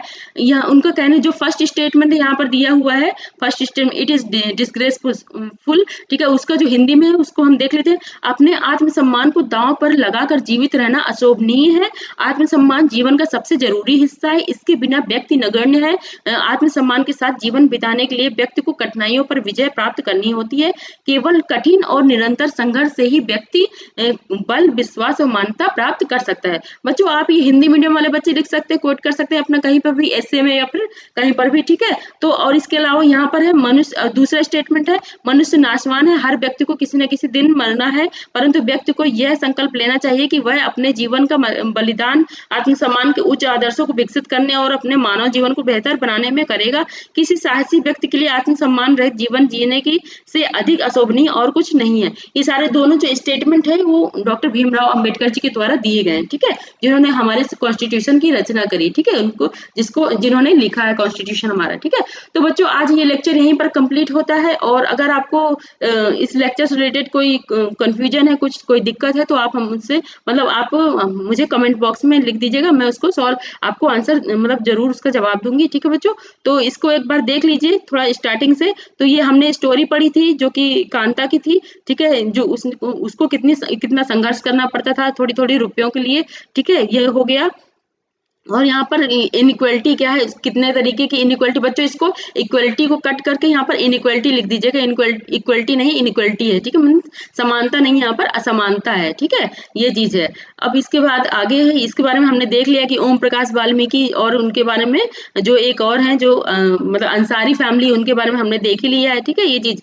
अब इसके बारे में रिकॉग्नाइजिंग डिग्निटी, मीन्स डिग्निटी लोगों की कैसे रिकॉग्नाइज, कैसे हम पहचाने कि एक्चुअली डिग्निटी होती क्या है, इसमें ये चीज बताई गई। देखिए बच्चों यहाँ पर एक एग्जाम्पल दिया गया है, ये बच्चा है जो मतलब पॉलिश कर रहा है शूज में, ठीक है, ये एक मूवी का एग्जाम्पल है, ठीक है, जो यहाँ पर दिया है इन द 1975 फिल्म, एक फिल्म आई थी, मूवी आई थी दीवार, जिसका नाम था a boy who work as a shoe shine. Means ये बच्चा क्या है कि मतलब शूज जो पॉलिश करने का काम करता था, तो ये जो लोग हैं इन्होंने क्या करा था कि मतलब इन्होंने क्या करा था कि कुछ रुपए जो उनको देना था तो उसको फेक कर दे दिया था, ठीक है, तो उस बच्चे ने क्या रिफ्यूज कर दिया, मतलब कि मैं ऐसे रुपए नहीं लूंगा, आपको मुझे रेस्पेक्टफुल मतलब रेस्पेक्ट से मुझे इसे हैंड में देना होगा, मतलब हाथ में देना होगा, तभी मैं इसे लूंगा। तो सोचिए यहाँ पर भी उसे क्या है इक्वलिटी इनइक्वलिटी महसूस होना पड़ा, यहाँ पर उसकी डिग्निटी यही है, उसकी डिग्निटी मतलब उसकी डिग्निटी को हर्ट हुआ, इसलिए उसने क्या कहा, उसको मतलब जो आत्मसम्मान उसका हर्ट हुआ, इसलिए उसने कहा कि मुझे ये रुपए जो दे रहे हो आप वो मुझे हाथ पर दो, ठीक है, मतलब कि ऐसे फेंक कर मत दो, ये चीज है यहाँ पर, आपने पढ़ लिया। यहाँ पर इक्वलिटी इन इंडियन डेमोक्रेसी, ये भी बच्चों आपने पढ़ लिया कि डेमोक्रेसी में जो हमारे लोकतंत्र में इक्वलिटी के लिए क्या प्रावधान किए गए हैं, ठीक है, उसके लिए आपको बताया गया यहाँ पर, ठीक है, ये चीज हो गई, मतलब क्या क्या प्रोविजंस किए गए हैं इसके बारे में आपको बताया जा चुका है, ठीक है। अब इसमें और कुछ है, हाँ ये तो बता दिया है, issues of equality in other democracy, जो अदर डेमोक्रेसी है उनमें क्या क्या इश्यूज हैं इससे इनइक्वलिटी से रिलेटेड, इक्वलिटी से क्या क्या मुद्दे होते हैं वहां पर, वो ये भी हमने पढ़ लिया है, ठीक है। अब है यहाँ पर और कुछ तो है नहीं बचा, यहाँ पर देखते चैलेंजेस ऑफ, अभी भी क्या क्या क्या चैलेंजेस बाकी, मतलब अभी भी हम सबको संघर्ष करना है ताकि समाज में हम क्या है इक्वल हो सके, ठीक है, इसके लिए अभी भी संघर्ष बाकी है और हमें निरंतर इसके लिए मीन्स लगातार प्रयास करते रहना चाहिए, मीन्स ट्राई करते रहना चाहिए। तो बस बच्चों ये आज ये चैप्टर 1 क्लास 7 की जो पॉलिटी है, social and political life second, ठीक है, इसका जो चैप्टर 1 है वो आज से कंप्लीट होता है, अब हम कल चैप्टर 2 पढ़ेंगे, ठीक है। तो बच्चों थैंक यू क्लास, अब हम कल इसके बारे में जो आगे लेक्चर्स होंगे उसमें हम मिलेंगे आपसे, ठीक है, थैंक यू।